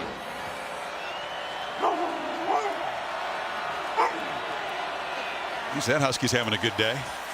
Haskins is going to be finally sacked for the first time back to the 20 by Onwuzurike. Well, it's the first time they've been able to get to him. Got around the left guard, Pridgeon. right here, just shooting through this gap with speed. Just got off of that block, and it's one of the first time they talked about his potential. Only a sophomore, came all the way to Washington from Allen, Texas. High school teammate of Kyler Murray in the championship teams for the Allen Eagles. Chrisman has won the punting duel today, although Ohio State hasn't had to punt that much. And this is another boomer. Just drives Fuller back inside the 30. And these Ohio State coverage teams have been superb all three phases today. As LeBron tweeted out. Yeah, LeBron's on it. LeBron requested it and he got it. He's getting it. Sam Ehlinger and the Longhorns. That collision between the Big 12 and the SEC is coming up next from New Orleans. As always, Goodyear bringing us these beautiful aerial pictures. Keep pushing day in and day out on the field and on tires you can trust to help you go the distance. Goodyear, more driven. It's the Brick Plaza just outside. With a donation, you can get a brick with your name on it. Our director, Derek Mobley, working Rose Bowl number 19 today. He's got you beat by a few. Yeah. Bought one of those bricks in the Indiana section.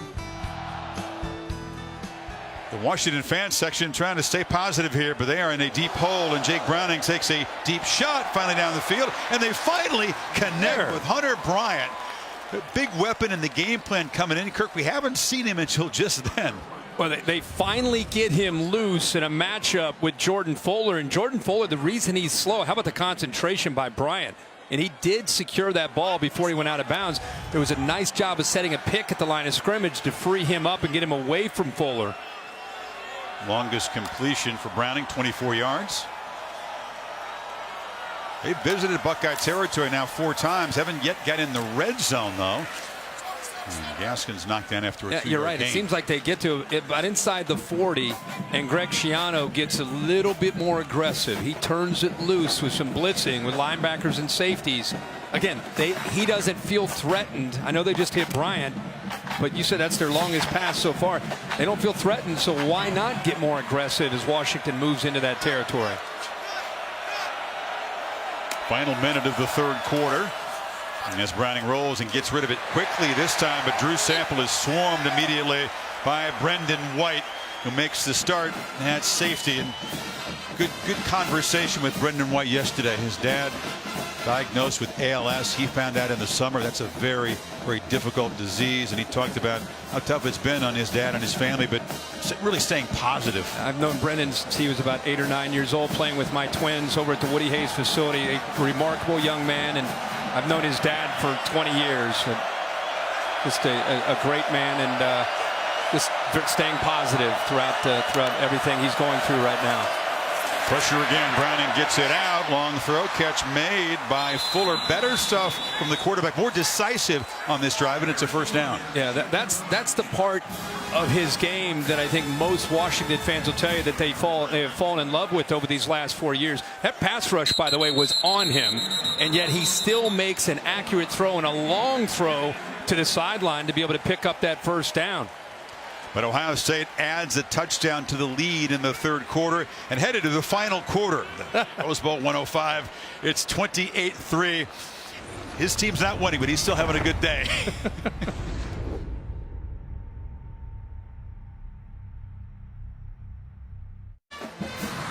Set for the fourth quarter. Rose Bowl game number 105, presented by Northwestern Mutual. Huskies on the march, trying to reach the end zone for the first time, but the Buckeyes in command, up by 25 in the final quarter of play. Urban Meyer's Ohio State coaching career, and he says his coaching career, period. We'll talk more about that. Fake it to Ahmed, and Browning has all kinds of time. A flag comes in, it's over the head of Hunter Bryant. The flag was elsewhere in the secondary. It's going to be a holding call on Brendan White in coverage. They're finally starting to throw the football to Hunter Bryant, the big tight end. What do you think was the delay in holding employing that dangerous weapon? Defense I against don't an know. eligible receiver. I was excited to see him coming into this game just because they don't have a lot of vertical weapons. There's the grab by White. I just thought that's the guy that they could try to match up against a safety and try to get the ball downfield.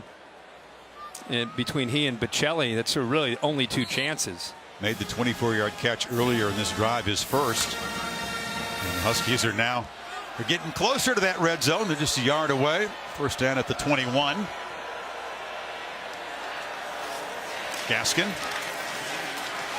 Toss sweep into the boundary. Hard sledding, but it's a short gain. You and I called maybe 4 games of Ohio State this year. One of the things we called the Purdue game, and one of the things that I remember talking to you about as we would leave, saying, boy, the Ohio State defense, I don't know what's going on with their tackling or their run fits. And think about how they finished the year with Greg Schiano, how they played against Michigan in that last game, how they played in the Big Ten championship, and how they're playing today. It's almost like watching a different defense from how they played at times this year, giving up some big runs. Never did get lined up in the front in that play, and Gaskin on the edge makes the catch and sets up a 1st and goal. In their estimation, Kirk, it was 15% poor run fits, to use coach speak, and 85% tackling. Do you buy that? No, I don't. I think it had a lot to do with run fits and miscommunication at times. The safety spot's been tough. Opposite of Jordan Fuller, they've had 3 different safeties. When the season started, it was Isaiah Pryor who started the way, and they tried a few others, and they finally settled on Brendan White, who's been the most consistent with the tackling. Well, check this formation. Inside a handoff that's Pleasant battling, getting nothing, but that was a funky look as they finally get down near the end zone. Yeah, when you play Chris Peterson, you always expect and anticipate see the formation there a little bit different. Catches a few Buckeyes off guard, but because of Chase Young and the rest of that defensive line, there's just nowhere to go for Pleasant. This is where you try to find that tight end matchup if you can. I don't know if they can beat the corners, but you do have some tight ends against linebackers that could help you, or a back maybe out of the backfield. 2nd and goal. They flip it short, and Bocelli is tripped down just short of the goal line. It was Okudah who saved the touchdown. It'll be 3rd down. Crossing route. Ty Jones does a good job of kind of like almost on a pick, like a rub on that mesh route, and Okudah very lucky to be able to get there just in time. Ahmed, nothing. Stop for a loss. It'll be 4th and goal. And big old BB Landers, as they call him, plug the middle. Surprised by that play call. That's not an area that's been open for business very much today, and yet they try to catch them with that hurry up out of position. But Landers, out of Dayton, Ohio, the Huber Heights area, played at Wayne High School. You see Urban Meyer down there. Urban Meyer's waving his arms, imploring the Buckeye crowd to make some noise. Yeah. 4th down. Gaskin. Direct snap. Replay. Pop pass. Touchdown. Drew Sample on what was a free play. The Buckeyes appear to jump into the neutral zone, so they used some trickery to create the touchdown. Yeah. Looked like Draymond Jones had jumped. Nobody from Washington looked like they had flinched, so that was a free play, and Gaskin's on the jump pass for the touchdown. Offside on the defense. The play that was over the center in the neutral zone at the snap. The penalty is declined. The result of the play is a touchdown. We expected some trickery down close because it's been such a mighty struggle, and it's the running back Gaskin who throws the touchdown pass. Yeah, the center's head is what caused Draymond Jones to jump. And you're right, they're 110th out of 130, 110th in the nation in red zone efficiency when it comes to touchdown production. So pull out all the stops, whatever it takes to try to get the ball into the end zone. And they finally find the paint for the first time with 12:17 to play. Ohio State's lead back to 18.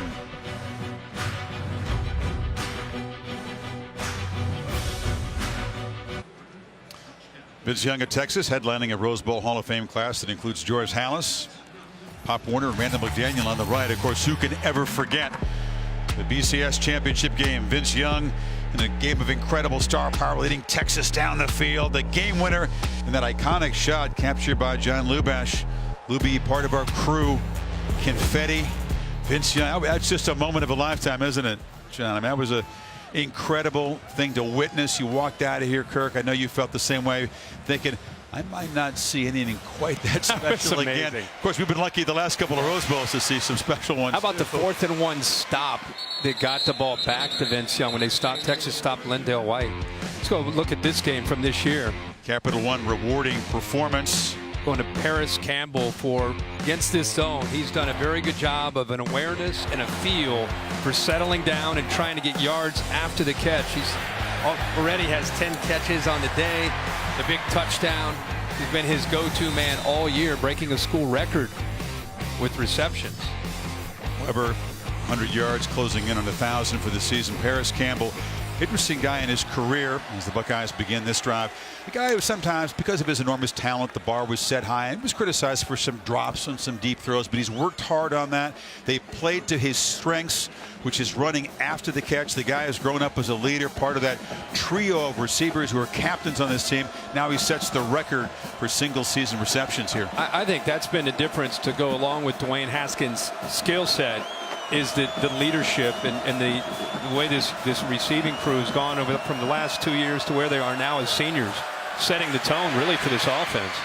It's Dobbins as the outlet as Haskins was chased, and they lose yardage. Greg Gaines, the big nose tackle, got out there. Yeah, that play didn't have much of a chance at all. I'm surprised Dwayne Haskins didn't just give up on this and throw it maybe to the feet of J.K. Dobbins. But how about the big fella out there, Greg Gaines, 6'2". They list him at 316. Moves pretty well for a big guy. 0 missed tackles on the season. Not bad. Haskins does face pressure and then forces the throw before he was ready. There's a flag down. Yeah, he had a free play there. He saw that Washington had jumped. Offside. Defense, number 8, in the neutral zone at the snap. 5-yard penalty, 3rd down. Montoya. He was right over the ball. Coaches hate that. That's why he's standing on the sideline now. Makes it a more manageable 3rd down. They need 6. All right, Haskins now has a feel for where that blitz is coming. He saw 14 McIntosh to his right. Huskies still leaving a cushion.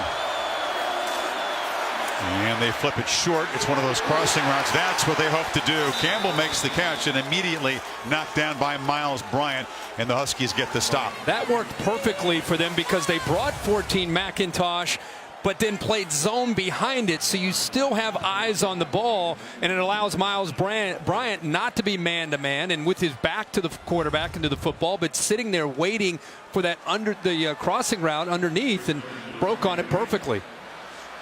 So the Huskies will get the football back down 18. Still more than 10 minutes to play. Chrisman boots it high, and Fuller makes the fair catch at the 30. Huskies trying for a quick strike score to cut into the lead after the 40-yard punt. DeAndre Swift, what a close season this guy has had. The Dogs and the Horns in the Superdome coming up next in the All-State Sugar Bowl.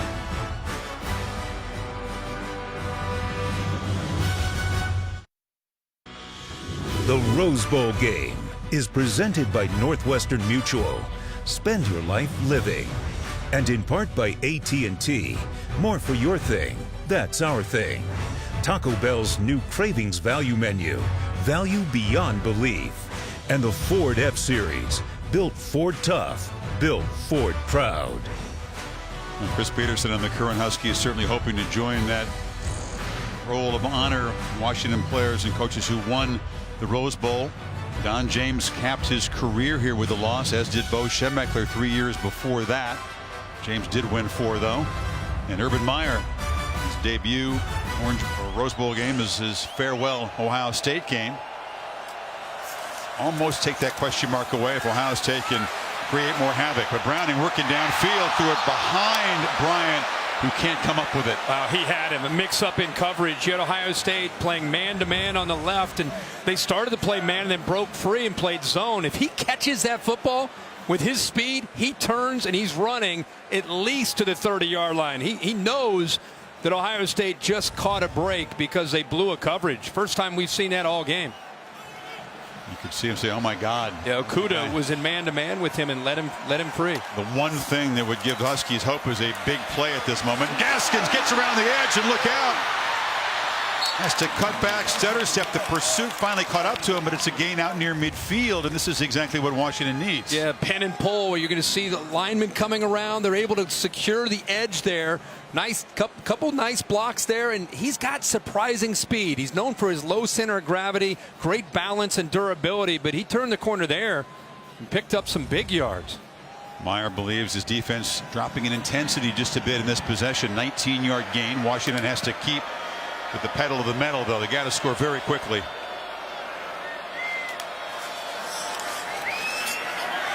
Browning has to just throw it away. Ahmed on a wheel route, very well covered by Chase Young, and Hamilton provided pressure. Yeah, really heads up play by Chase Young. I think that this young man has grown so much, known as again as a great pass rusher. He's right here, and he's kind of here, and then he settles on the outside. Look at him using his eyes. He's able to locate the running back Ahmed and stays with him. And that time Jake Browning, instead of forcing it the way he did earlier, does a wise thing and just throws that into the sidelines. Chase Young, you think a preseason All-American, certainly a chance next year. Oh, for sure. Gaskin shows the patience that he's known for, picks his way for a gain into Ohio State territory, but they don't have the luxury of patience at this point when it comes to the play calling. But I think with Chris Peterson, what he's trying to do here is they don't have the offense. It's built to just throw every single play. They want to continue to mix in the run, and then obviously got to go back to Jake Browning and try to locate some of those misdirection plays where you roll one way and try to hit the guy on the backside, create some confusion and doubt for the secondary. Gaskin now over 5,300 career yards. That's third in Pac-12 history. There's an incompletion. Sample, the tight end, couldn't quite hold on. He had to get rid of that pretty quickly. Ohio State brought a blitz again. Sometimes you don't even have to get the sack. You just make the quarterback feel you. And that's what Baron Browning was able to do when he blitzed up the middle. You see how he didn't even really follow through when he threw that football, but still got enough on it. Where Sample, if he holds onto that ball, it's a first down. Fourth down here, last gasp. It feels like the Huskies need to get these 6 yards to keep any slim hope alive.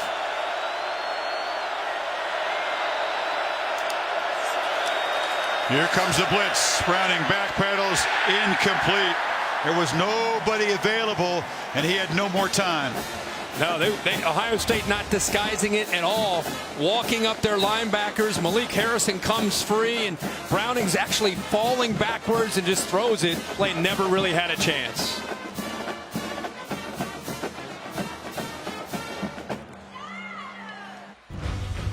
Much anticipated gorgeous sunset just before 5 o'clock local. It's the Rose Bowl game presented by Northwestern Mutual. For post-game show coming up, we'll have the trophy presentation, of course the comments from Urban Meyer. 9 minutes even to play, and Ohio State back to work near midfield. Mike Weber in the game, 8 yards short of 100, and he's going to add a couple to his total as he's tackled at the 50 by Burkervin. And Mike Weber's had the majority of the carries tonight. J.K. Dobbins just with the 6 carries. Of course, he had the 1 touchdown. And Dwayne Haskins probably mixed emotions. You know, he came in here with big goals. He's thrown for 237 yards, 3 touchdowns, and I think he was hoping to maybe have an outside chance of going for 420 yards to try to get to 5,000 on the year. Can add a few more up. Oh, it's off the hands of McLaurin, incomplete. Diving attempt by Keith Taylor at a pick, but the crew says the ball hit the turf. Well, a rare pass. McLaurin goes up to try to make a play on it. Ball definitely hits the ground. He played it off pretty well, but again, that's you're just not used to see. You get so spoiled watching Dwayne Haskins throw. I mean, you go to practice, and Chris, we were over there. Every time you watch him throw, you know, it's like watching Drew Brees throw, or Russell Wilson when they were in college. Ball just doesn't hit the ground. Of course, he smashed the Big Ten single-season touchdown record of Brees. That is 50th for the season in the first half. 3rd down and 8.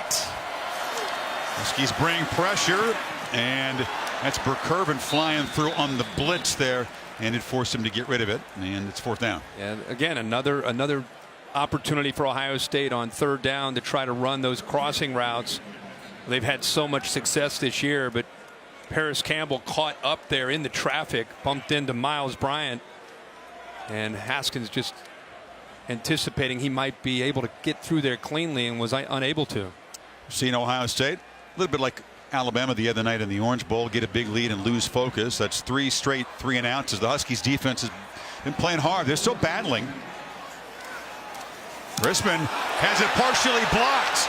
He had to move quickly to get a wide snap, and the rush team came after him, got a piece of it. He's fortunate that it rolled to the 34-yard line. Max Richmond, receiver, got his hand on this low punt. Huskies still battling. 8:12 to play, down 18. This might be the play of the day on New Year's Day. Oh, lovable Uga down there in the Superdome, and Bevo's not having it. The Longhorn breaks out of his pen. Are you kidding me? These usually, where's Uga? Looks a little sedated. Uga has showed some quicks and some lateral movement to get out of there. I've never seen Bevo get like that. He's sending a message there pre-kickoff of the All-State Sugar Bowl. Wow. Is that an omen for what's to come in the game? If Texas plays with that much aggression without breaking the rules. Browning steps up, and it's a downfield shot, and Bocelli makes the catch. It's taken a long time for this to develop, but the Huskies are beginning to put together some plays now. Yeah, they do a nice job. Play takes a while to develop, but because of the time in the pocket and the secondary occupied with other receivers, Bocelli able to get behind Tough Borland. 24-yarder sets him up at the Ohio State 42. Now it's another downfield shot and a jump ball catch made by Fuller, and he's down inside the 5. This is the kind of quick strike that Washington desperately needed. Well, they're winning some one-on-one battles right now. This is, Chris, you're right. Now they're going to go tempo here, but we wondered if they could find a receiver to get downfield and make Ohio State have to fight in one-on-one coverage. He got 61 yards combined on those 2 pass plays, and now Gaskin tests the middle. I mean, Fuller, you never know if they find the end zone here. Fuller does a good job coming back to the football. He's up against Shaun Wade. Right out here in the back, you could see how he does a good job. Look at Shaun Wade. Shaun Wade did everything except recognize as he's stride for stride there. He's in phase. He just didn't locate the football. Didn't even make an effort to look back. And Fuller, of course, did. Found it and bounced back. Direct snap to Gaskin, who hammers and fights and wrestles his way for a touchdown. And the Huskies alive and chipping away. I think the Washington fans sitting at home are saying this is the team we expected to see in this game. It's the team that we thought would compete. See if he got in. Did the rear end hit the ground? Right. Where was the football? Had it broken the plane? And that's what they're going to probably take a peek at. What an effort, though. We have to get Dave Kataya, our rules expert, a rep here because he's a West Coast guy. He loves the Rose Bowl. He could never work one because his conference always played in it. He hadn't had any work today. So, Dave, take a look at the replay here.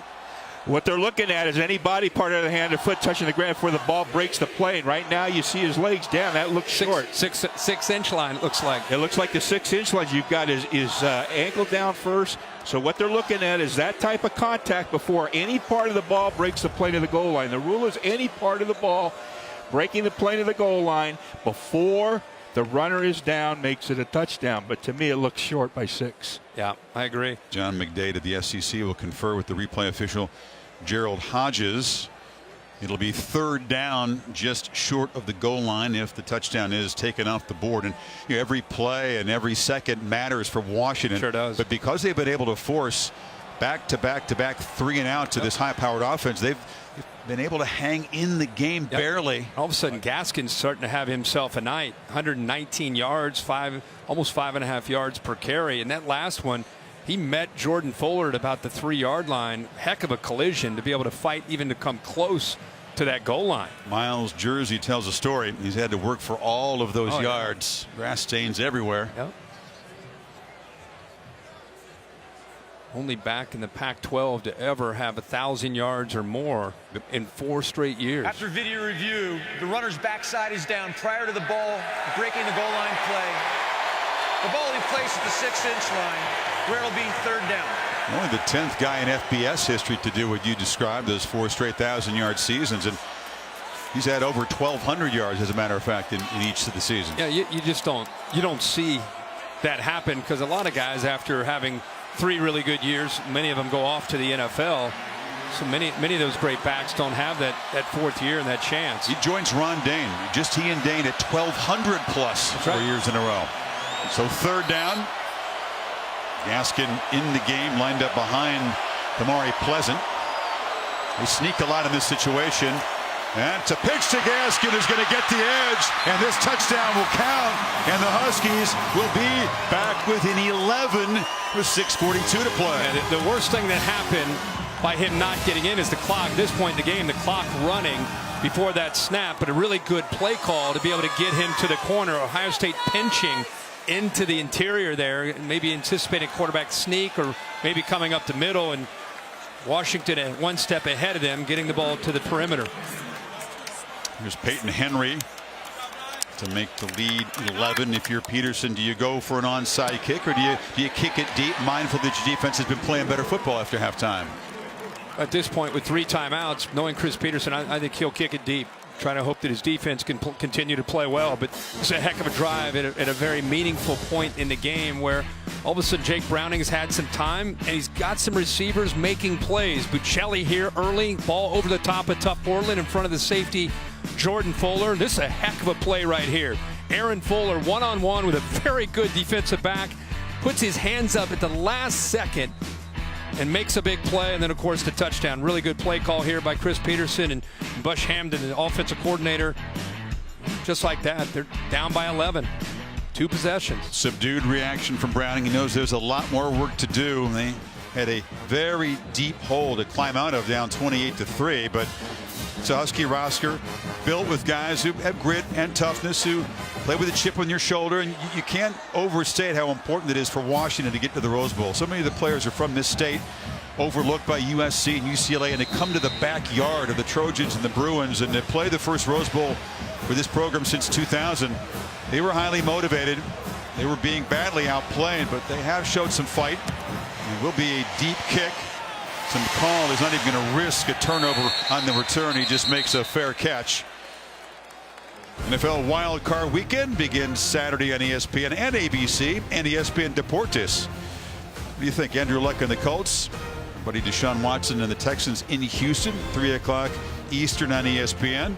Postseason NFL Countdown gets things started. Good matchup there with Andrew Luck and Deshaun Watson. Be fun to watch that one. Rose Bowl game trophy will be awarded at the end of Rose Bowl 105. That's also known as the beautiful Leachman Trophy. So Haskins, all of a sudden the lead is only 11. They throw to Dobbins in the flat on 1st down, and he hammers ahead. They'll move the stick, still running hard out near the 40. Ran over Burke-Irvin. Ohio State go back to what Tom Rinaldi said about being aggressive with Ron Day, needing to be able to not sit back. And I think if there's been a few possessions where maybe they have been, but after being stopped 3 straight, I think Ryan Day and Urban Meyer are saying, hey guys, enough's enough. We got to put the foot on the accelerator here. Dobbins, very high tackle, knocked down at the 42-yard line. Bowman. Clock will move under 6 minutes now. Again, it's a combination of trying to work the clock and also be aggressive. The way you do that is you run the football and you throw high percentage throws, and you give Dwayne Haskins a chance to continue to move the ball down the field here. Washington has tightened up their coverage at this point in the game. They have to. Haskins snaps it at 10, and he'll be hit and hammered. Burke-Irvin knocks the quarterback down. It's a loss back to the 37. Well, it's a run pass option, and he's reading Burke-Irvin, who's coming in. He wants to throw the slant behind it because of him coming in. So he wants to come off that. The slant is taken away, but because of that blitz, Haskins isn't looking to run. He's looking to pull and throw it, but taking it away. And now it's 3rd and long. They bring pressure again, and the pass is broken up. Nice play by Miles Bryant, and Washington will get the football back. Well, a heck of a job by Washington's defense. 4th straight time that they're able to affect Dwayne Haskins. They didn't get to him, but they affected the accuracy. Ball thrown behind. KJ Hill And give Miles Brandt a lot of credit for not giving up on that play. You could see at the very end there, he got his hand on the ball to separate it from K.J. Hill. Chrisman punted very well today. Had that last one partially blocked because of the bad snap. This is a boot. Drives Fuller back to the 15, and the coverage is brilliant. And it's McLaurin, the receiver, flying down there to make another tackle on special teams. I just love to see starters, especially at wide receivers, who are willing to get down there and be selfless. That's Terry McLaurin his entire career, hustling downfield and coming up with a big play as far as the hidden yards and keeping Washington pinned back, and now making Jake Browning have to go a long way to be able to either get in field goal range or try to get a touchdown. The clock is not Washington's friend. But a quarterback who's won the Pac-12 record 39 games, desperate to create a miracle comeback here. What would be something they'd never forget in Washington history, and that was Bocelli, who was beginning to accelerate there when he was knocked down by White. They gave 7. Chris, the difference between the first half, where they were struggling to come up with yards, we had 3 points in the first half, and really this fourth quarter is they've been winning some one-on-one matches. Jake Browning's been more aggressive, more assertive, throwing the ball downfield.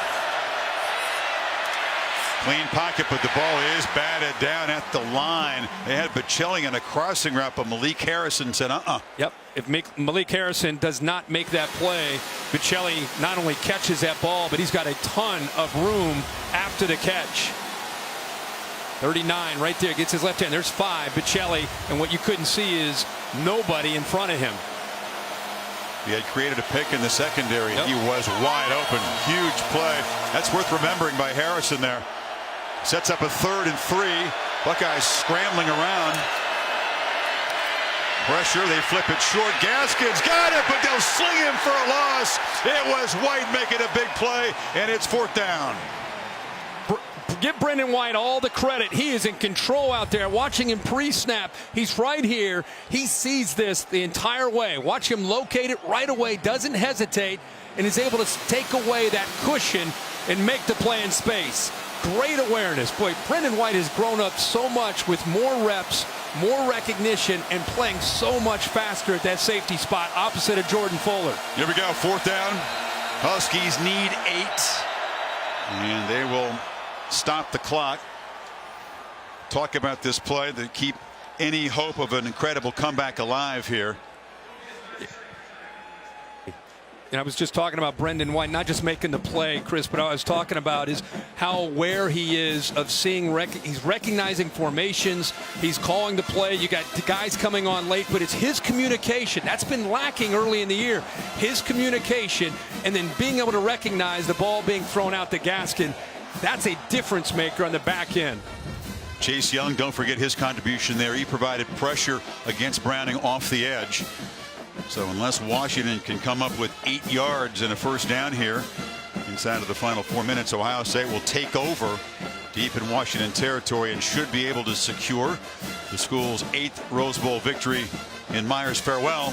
See what Peterson and company have cooked up here, Kirk. Bocelli has made some plays, looking to see if Hunter Bryant is out. Oh, they actually lined up in a punt. Wow. It's a holder, Race Porter. It could be a last gasp trickery here. He's not the regular punter. He's a kind of a situational backup punter. Is also the holder. And he thinks about it, and they're just going to boot it away. So they had to spend a timeout, which they didn't want to before that. And Peterson decides to punt it to the Ohio State 46, down 11 inside of 4 minutes. Surprised. Monday night on ESPN. We hope you'll join us from Levi Stadium in Santa Clara, Alabama, and Clemson.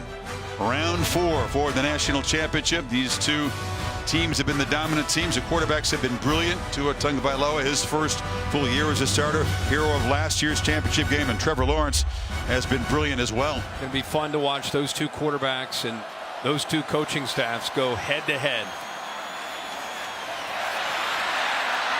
Weber spun down near midfield, and I think he's getting a little chippy. Yeah, I'm surprised that possibly a flag there, but Travis Bartlett Bartlett, I don't think he knew that the ball had been, the whistle had blown. He's still trying to make a tackle. Think about the play that Harrison made, knocking down that pass when Bocelli was open. That set up that whole sequence, and then the loss on the next play, and Peterson deciding to punt it. I'm sure there were some Husky fans sort of groaning about that.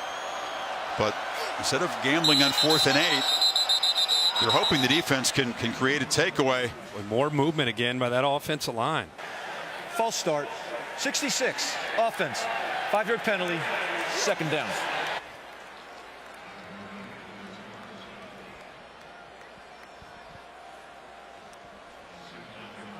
Well, Meyer will be very pleased, big picture, and satisfied with his victory, but he'll be a little bit tweaked about the loss of focus from his team after halftime. It hasn't been very productive. Ohio State just 7 points after the break, and that was their first possession. Haskins, they're throwing the ball, so the incompletion stops the clock. That plays into the Huskies' hand. They was looking for Ruckert, the young tight end. Yeah, absolutely. Talked about it's a little bit of a balancing act for Urban Meyer and Ryan Day on trying to continue to work that clock and also still try to pick up first downs. And because of the illegal procedure, getting behind the sticks, you can't just pound the ball in there. They're going to try to come up with a high percentage throw to the tight end. Empty backfield, so it looks like a pass here, but an incompletion would be really helpful for Washington. McCall motions back in now, and they hand it to him, and he's going to be tackled immediately. Let's see if Peterson spends the timeout. Yep. So just 3 seconds short of 3 minutes to go. It was a case of Washington not finding their footing in this game. Ohio State just so dominant early, but we've seen a complete change really from both teams since Ohio State built a 28-3 lead. You wonder, Kirk, had Washington been able to be a little bit more aggressive and effective earlier in this game, that had a better chance. Yeah, I think they were very respectful of Ohio State's big playability and speed, and I think they were a little cautious. I think they were trying to just kind of stay in the game and then open up the playbook, but you wonder if they waited a little bit too long until they dug themselves too big of a hole, because you're right, man, the execution in his fourth quarter has been outstanding. I mean, they've been aggressive with Jake Browning and the receivers, and they've won some one-on-one battles. Didn't really have that opportunity in the first half. Chrisman focused on just getting a clean snap and getting the punt away quickly. He does that. It's not a very good kick, but you just want to avoid the block in that situation. There's a flag down. Now, they needed 10 yards on 4th down, so if they just bumped into him, this won't do it. And that's going to be a 5-yard penalty against the Huskies. Max Richmond, the wide receiver who plays on special teams, said, what? That's contact? Was that contact? I'm trying to see where he got touched. I mean, he was, I guess, technically touched. Helmet on the hip there, but it isn't a personal foul. Running into the kicker, number 80, receiving team. Penalties decline. Result of the play, 1st down, Washington. So Huskies do force the punt. They have 2:50 to work with. Can they get a lightning strike from Jake Browning? Can he get the Huskies within 1 score quickly, set up an onside kick? See, I don't even think it's just Jake Browning. I think you have confidence that Browning can make a play. It's more Bocelli, Fuller. We talked about Hunter Bryant, Myles Gaskin. Somebody's going to have to win a one-on-one battle the way they have in this fourth quarter. And if Urban Meyer thought this was going to be a comfortable win, just coasting off into that beautiful sunset we saw earlier, it has not been. There's still some stress in this game, and he's had to hope that his team can finish. As Washington still has a flicker here from the 29. Browning running out of time, flips it across the middle. It is Austin Bryant, not the big gain they were hoping for as Warner stopped him. Yeah, Hunter Bryant has big playability when you put him in that tight end matched up against a linebacker. Jake Browning already at the line, ready to go. 2nd and 3 across the middle. It's broken up. They tried to get it to him again, and Warner made the play that time. Yeah, Warner is last year a special teams player, kind of a former safety who's moved to linebacker, good instincts and awareness. Watch his right there. All he did was read the eyes of the receiver. That's all he did. Never got his head turned, but because he felt the eyes of the receiver, all of a sudden the urgency of those eyes, he anticipated that ball coming in and got his right hand up and deflected the ball away. Wasn't that great technique? He just watched the hands come up, moved his hand up. 3rd and 3. Browning scrambling, cannot take a sack here, cannot make a completion. Huskies get a flag though. It's thrown from long distance as White was defending the tight end Sample. It'll be a first down.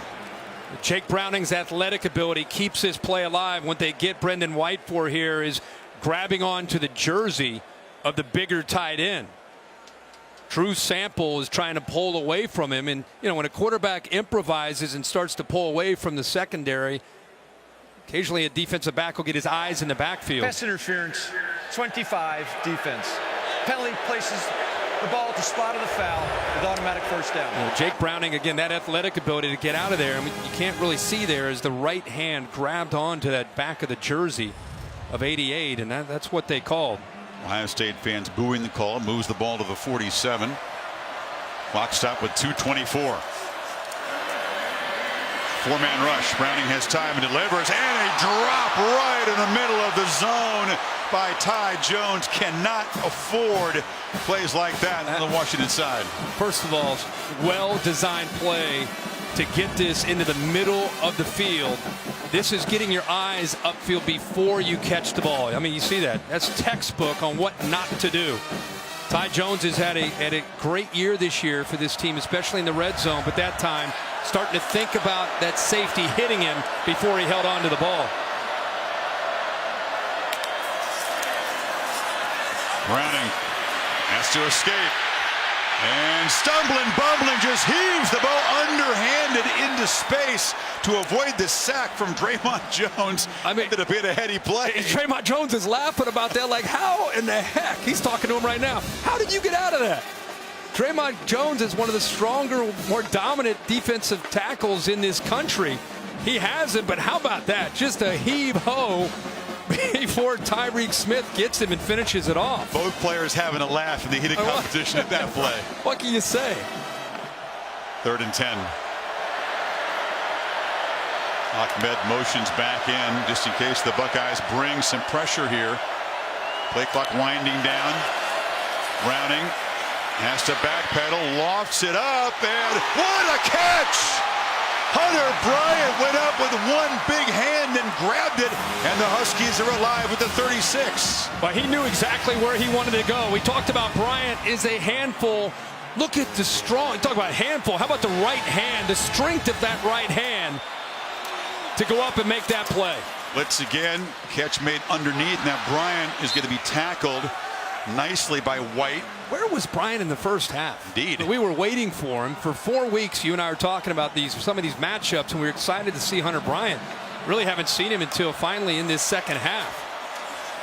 Browning has an outlet on the far side. It's Ahmed out of the backfield, and he scoops. It's another first down. Gets out of bounds, which is crucial. 1:31 to go. Yep, sneaking him out of the backfield, and Ohio State right now, because of the clock, they're just trying to do the best thing that they can in keeping Washington inbounds. And Taim Ahmed not only makes the catch for the first down, but obviously gets out of bounds and prevents Washington from having to use their last timeout. It was 28-3. Huskies have scored 2 touchdowns here in the fourth quarter, trying to continue what would be a miracle. Browning has a lot of time. Delivers into the zone. Catch made by Fuller. He's down near the 10. Another first down. They'll stop the clock. It stops the clock with that first down. This is where the experience of Jake Browning, you would think, comes into play. Keeping his poise, not rushing things, but at the same time, you want the urgency. He's got to find the matchup. Zips it far side, short of the end zone. Jones doesn't drop that one, but he's dropped inside the 5. And that's big because, Washington, they're looking for either incompletions or touchdown or getting out of bounds. They do not want to be tackled where the ball is stopped like that, short of the first down. 2nd and goal. Browning throws into traffic. It's broken up again by Okudah. Washington fans want and get a flag. He's had a terrific afternoon breaking up passes. A little too handsy that time. He grabbed onto him. Number 1, defense. Chris, the ball he places the 2-yard line. It was before he stretched out. It was before he stretched out to make a play. It was him grabbing onto the jersey when he broke. See, right here, he grabs onto the arm and the jersey. And that's what they caught right there. The technique with the left hand and jumping and making the play was perfect. But before that, he did get handsy grabbing onto the receiver. 49 seconds, and every second counts at this point with the Washington team down 2 scores. Gaskin motions out. Browning looks that way. It's a backward pass. Gaskin makes the catch and is slung out short of the goal line. Oh, they signal touchdown.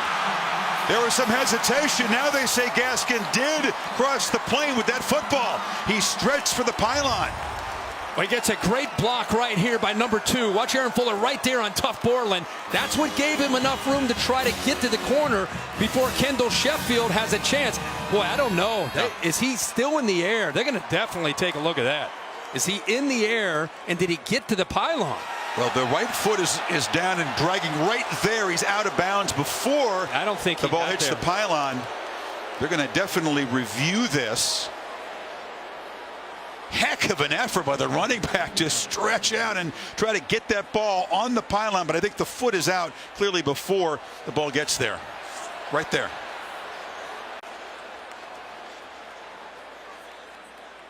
I think what they're trying to see is that right foot, even though it looks like it's out of bounds, is it in the air when it goes out of bounds, or is it dragging on that out of bounds line? Gaskin earlier got the Huskies finally in the end zone for the first time with a touchdown pass, the first of his career. Has run for 121 yards. This does matter again because whether or not Washington's able to find the end zone, they're going to have to do an onside kick. They only have the 1 timeout remaining. If they can recover the onside kick and keep hope alive for this miracle comeback, the time is still going to be very important. You're right. 42 seconds left. Even if you score, get the onside kick, you still got to reach the end zone. Take one more look at this tremendous effort by Gaskin, but the foot going out of bounds right there. Boy, I don't. That's a tough one to see. I'm wondering, did it touch the ground? Was it in the air? Review, the ruling on the field of touchdown stands. Okay. There you go. They didn't say confirmed. They just didn't see enough evidence to overturn the call. So it's a tremendous effort. And now trying to go for 2 here. Remember, it's Chris Peterson. A 3-point game. They've already had the direct snap to Myles Gaskin, who used a jump pass for a touchdown. And it's Chris Peterson. And he preps for these kind of situations, especially in bowl games. Watch for linemen that could be out. You never know what could happen here when they try to catch you off guard. This is big. Funky formation. This to give them a chance to get within a field goal.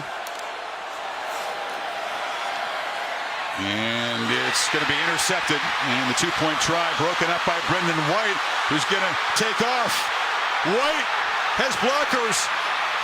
And he's finally going to be knocked down at the 45-yard line. They could have finished it if he'd gone all the way. As it is, a 5-point game, and the Huskies will have that chance with an onside kick. What a game he's played, Mr. White. Wow, he has played well, and many people, this was a huge play by Ohio State and Brendan White.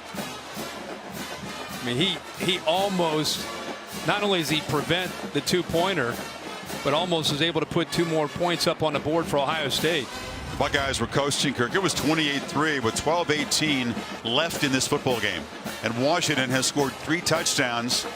And not just kick in the back door, but perhaps give themselves a chance at a comeback that they will talk about forever.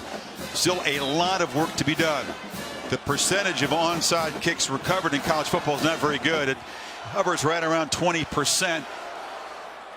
This is why the kickers are on that other field all by themselves practicing kicks. No one's paying attention to them all season long.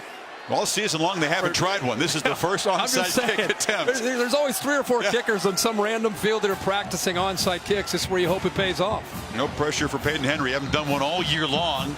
Now you have to try to execute and get it past the sure-handed Ohio State cover guys. 7 of them up there, and now a whistle. And the timeout was taken by Ohio State before the onside kick. Wanted to check the formation out. And Urban Meyer is so concerned with special teams. Wants to have his guys as ready as possible. Looked like Henry was just going to kick that one right up the middle. He sure did. Which is not the typical pattern. Tell you what, this is ended up being a very stressful finale for Urban Meyer. Watch, he just wants to see He has everybody that's involved in special teams watching. It's no different than at the end of a basketball game when you see a team and their formation and how they want to try to set up for that last shot. You pointed out they scout everything, but there's nothing to look at on tape because they haven't tried an onside. Well, that's why they wanted to take a peek to see what they might want to do. He tried the old dribbler up the middle that he could fall on himself the first time. Now he goes the other way, tries for the big hop, but Johnny Dixon is there to collect it at the 49-yard line. And with 42 seconds to go, that's going to do it for Ohio State. They will win their 8th Rose Bowl, headset in the air from Urban Meyer, and he will go out a winner and cap a career at Ohio State in which he won more than 90% of his games. Well, how fitting that's Dixon, the captain, huh? Yeah, absolutely. Did not catch Ohio State off guard. You know, he looked like he was going to kick it to his left and came back to the right. Did not fool Ohio State. And Urban Meyer, how about that reaction where he had the hands going, he took the headset, just threw him up into the air.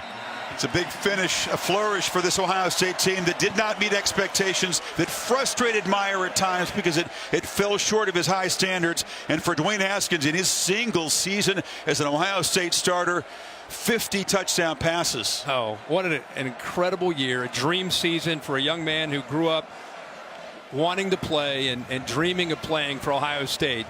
And he gets that opportunity and at 1 year to throw 50 touchdown passes. And there's Urban with Nate, Shelley, and the rest of the family. His daughter, I just had to hear there's Urban's second grandson recently, so she's not here. You know, all those been a good week for him. All these questions, you and Tom Rinaldi, and everybody talked to him about what's it feel like it's your last one. And he just kind of block it off. This is when it starts to settle in.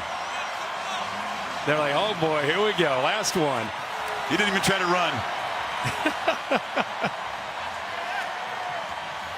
What a great senior class.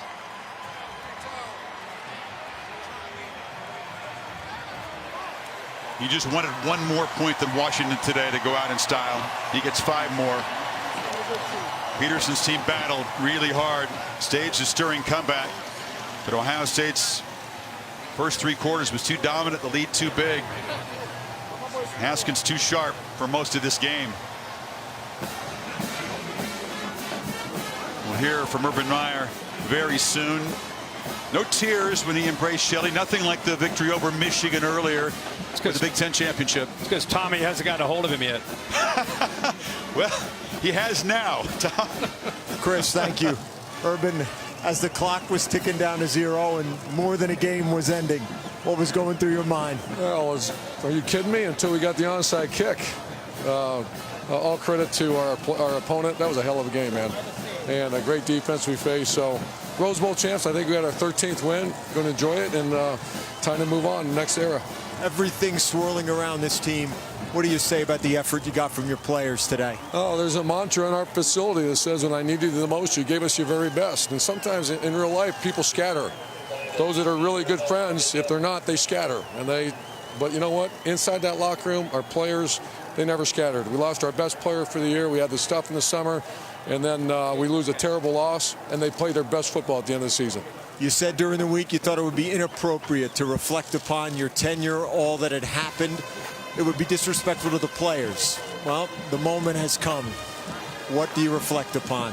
I reflect on I'm a very blessed person with my family. I'm very blessed. I've had some of the best coaches in college football coach for me. And you look at our rosters over the years, you could say we've had the best players ever played this game. And I'm very proud of that. Never is a very big word. What are the chances we'll never see you lead another team out of a tunnel?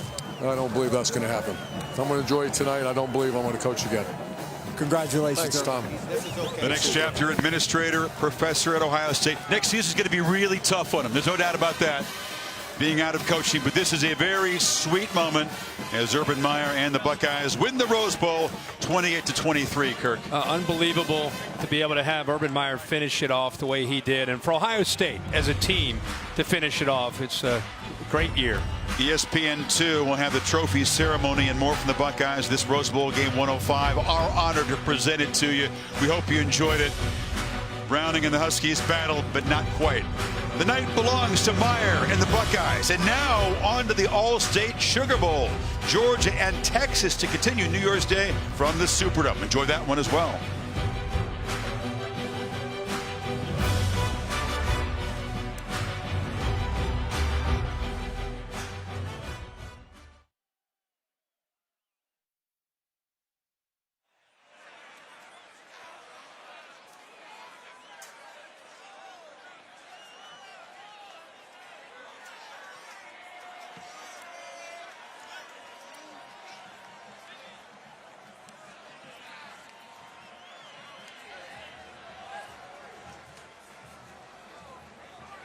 Yes, you can. 1, 2, 3, 4, 5, 6, 7, 8, 9, 10.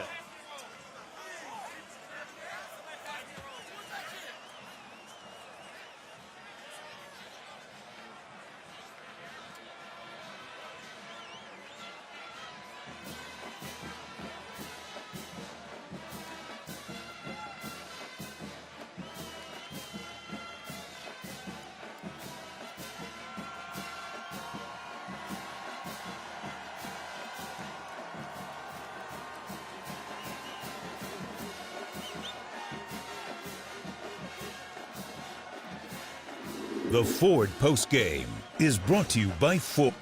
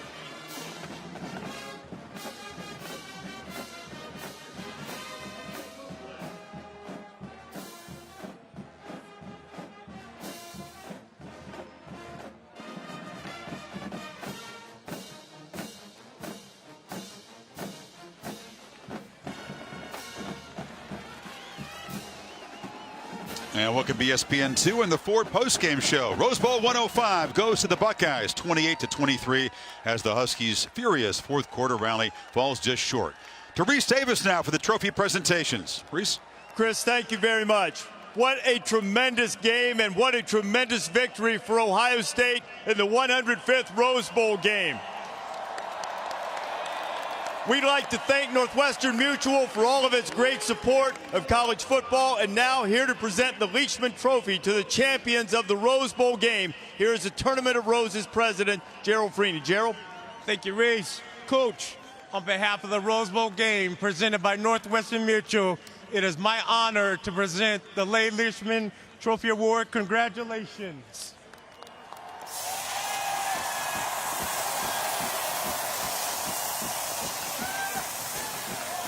Urban handing the trophy back to his players.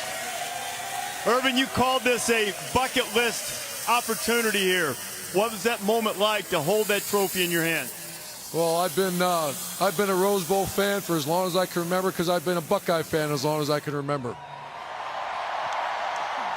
What is the significance to you of wrapping up your tenure at Ohio State with a victory like this on this stage?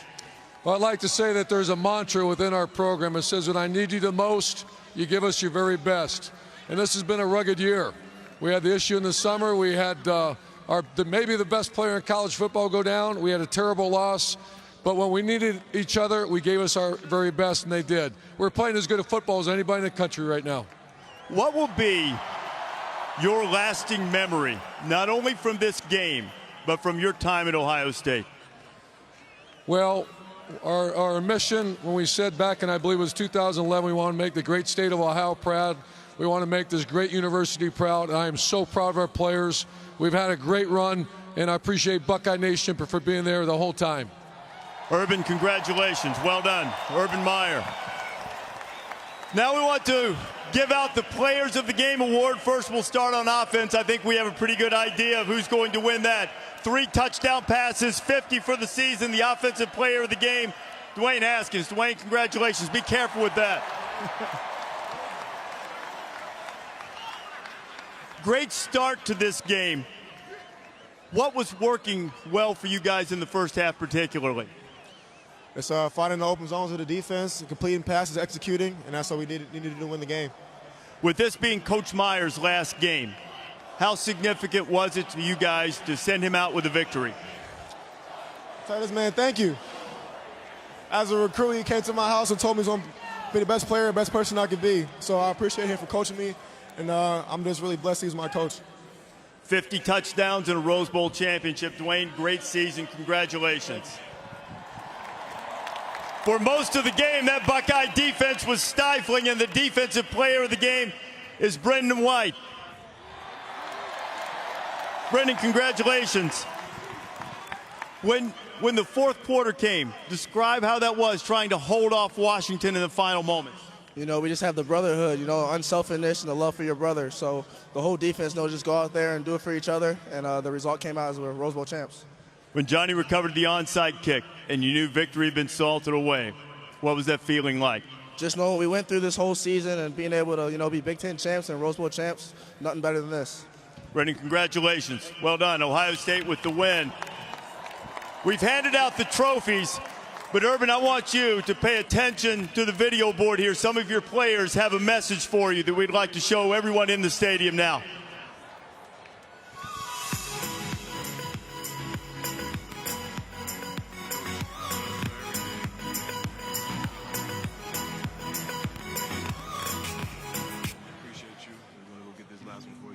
Coach Meyer, just want to say I love you. Thank you for everything that you've done for me, the opportunity that you've given me to come play at this great university. You love us and you do anything for us, and that selflessness has really permeated throughout our football program. Thank you, Coach Meyer. You've been a lot to me. You've been a lot to my family. I mean, I wish you nothing but the best. You've done so much for my life, not just on the field, but off of it, and I can't thank you enough. You know our relationship's for life.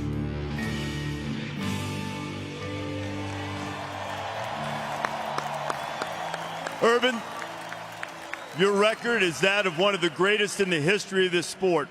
But you and I have talked many times over the years. It's about the relationships. When you listen to that and what your players had to say, how does it make you feel? Well, I'm a very blessed man, and I'm a blessed man because of my family. And I've been surrounded with some of the greatest young people. And I'll tell you what, this team this year, I love this group as much as any group I've ever loved. And the good thing is this relationship's going to last for the rest of our lives. Urban, congratulations. Great victory. We wish you all the best. One of the greats in the history of the sport, Urban Meyer, adds a Rose Bowl championship to his glorious resume, Chris, and it was a terrific finish for the Buckeyes. Getting the roses.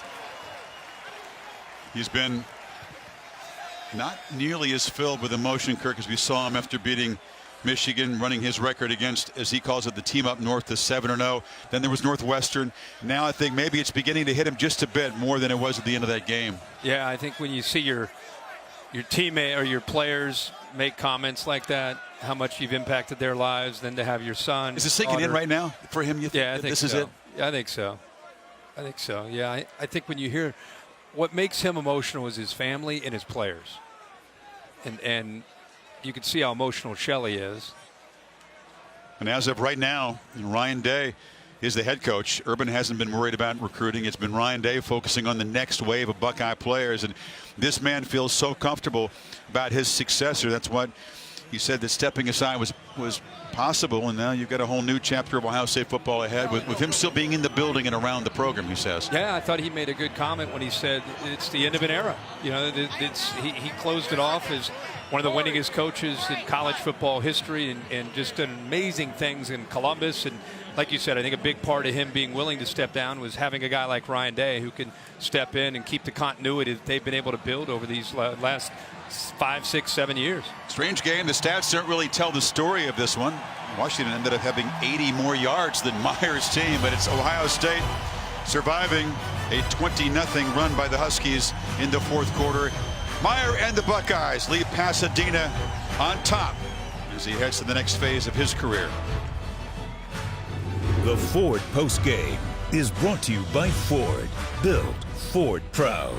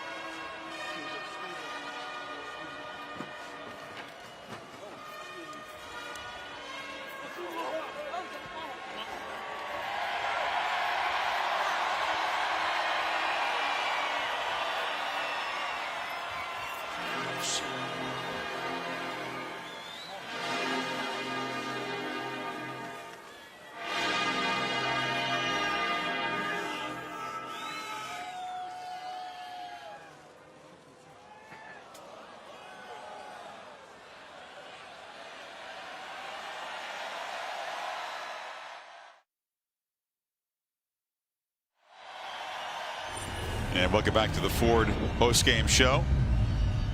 Of course, Kirk, a tradition. Carmen, Ohio played, and Meyer and his family and some Buckeye players making their way to the corner where the band is.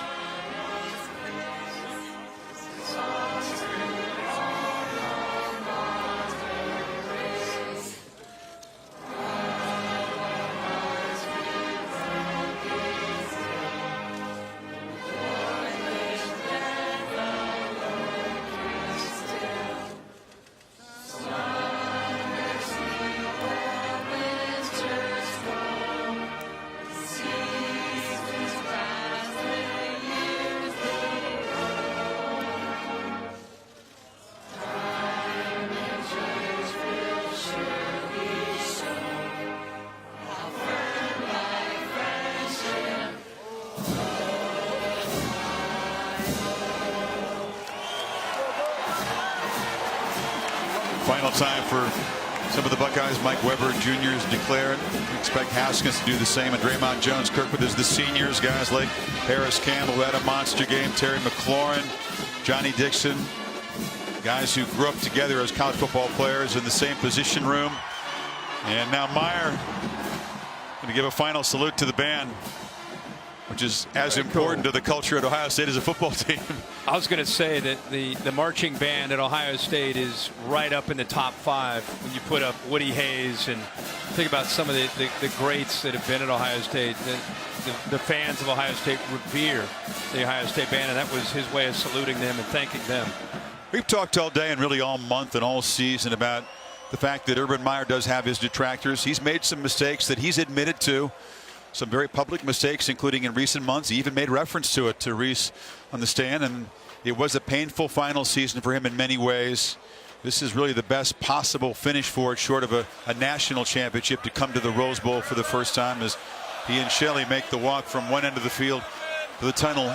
What's your reflection on this guy as a former captain at this school, what he's meant the last 7 seasons? I reflect on what he was able to accomplish as a coach and the impact he had on a lot of players, not just the superstars, the Dwayne Haskins of the world, but a lot of the other players that you don't always hear about. And so I think that's the mark of a great coach. The championships are amazing, the national titles, and what he's been able to achieve. But I guess there's a lot of things that went on over the summer, and he did make some mistakes, especially when he was in Chicago at the Big Ten Media Luncheon and made some comments that I think he would love to have back. But at the same time, I don't think he is the person that some people paint him out to be. In fact, I know he's not. And I think that's what he's able to live with himself, because he knows the truth of the reality of the situation. Ryan Day is a very talented young coach, but it's always difficult to follow a guy who in the Buckeye Nation is certainly a legend, and as Reese so accurately pointed out, has a resume that's among the greats in the modern era. Sure, there's Saban, who stands alone, but Meyer with those 3 national championships, the success he's had at Ohio State, and the 7-0 record against Michigan. Hey, Ryan Day, you're a talented coach. Good luck following that, because the first time you lose to Michigan, you get reminded that Urban Meyer never did. Oh, yeah. And I was talking to Ryan Day on the field before the game, and he was talking about the intensity, and he's been all over. He's coached in the NFL, and he just talked about how real it is and how much you have to embrace that as a coach. And I think it becomes different. Starting right now, he's the head coach at Ohio State. As they take this shower and they get on a plane, Urban Meyer moves on, and Ryan Day is the head coach at Ohio State. He'll teach a class in leadership. He's already got the first few lectures written. He told me he believes in preparation. But whether it was Bob Stoops or other guys who left coaching, and he's talked to Stoops about this, Kirk, next year's going to be very, very tough for him. He's going to have his tough moments, as he did after he left Florida. He was broadcasting, working for ESPN, and really missed it. He thinks it's going to be different this time because he's got to look after his health. But he's still going to struggle next season, I believe. Yeah, it's just a matter of, I think, the first year, I think he'll be okay. But it's that second and third. Yeah, I do. I think it's the second and third year when you kind of run out of things that are filling that void, that competitive void that you only get by doing this and leading young people. I mean, that's what fulfills him. So when you take that away, what plugs back into that allows you to still have that fulfillment in life? And I think that's what he's going to be searching for. Gene Smith has talked about how he'll be within the athletic department and have a role, but is that going to be enough? Golfing you can only do so much of that until you need to figure something else out. Because I figure it's mostly Ohio State fans watching this right now, they might be interested in your thoughts on the Buckeyes going forward with Ryan Day. They'll bring in more great recruits, but they lose a ton of talent. They'll lose some talented juniors as well as the seniors we talked about. Yeah, and everyone's a sophomore quarterback. Everyone's assuming Dwayne Haskins will move on, and there's a lot of mystery and question about Justin Fields, who's at Georgia, and Ohio State is being reported that it's very high on the list of his schools that he wants to attend. If he comes in, does he sit out a year? Is he able to play right away? I have no idea the rules or how that works out, but that'll go a long way in determining what kind of team they have next year if he does come in. But the way they recruit, it's kind of like Alabama. You lose great players, sure, you replace them with very talented players, but you lose some great leadership and the intangibles that make a team special, and that's what they're going to work hard on to try to replace. Got an idea, you and I. Let's road trip up the coast to Santa Clara. All right. Well, I see a week from now the championship game between the Tide and the Tigers. One more time at Levi Stadium. We hope that'll be a classic. This game provided more suspense than we thought as Washington battled back with that fourth quarter, falling short. But in the end, Meyer and the Buckeyes win it 28-23. As always, it is our honor and privilege to bring you this game. Bill Pinnell produced it. Derek Motley was the director. We thank our entire folks who are in the crew here, for Maria, for Tom, for Dave Kataya, Darren Brown, Mike Black, Mark Amento up here in the booth, and everyone on our crew. Thanks for joining us from Pasadena. We're going to see you a week from tonight in Santa Clara for the national championship game.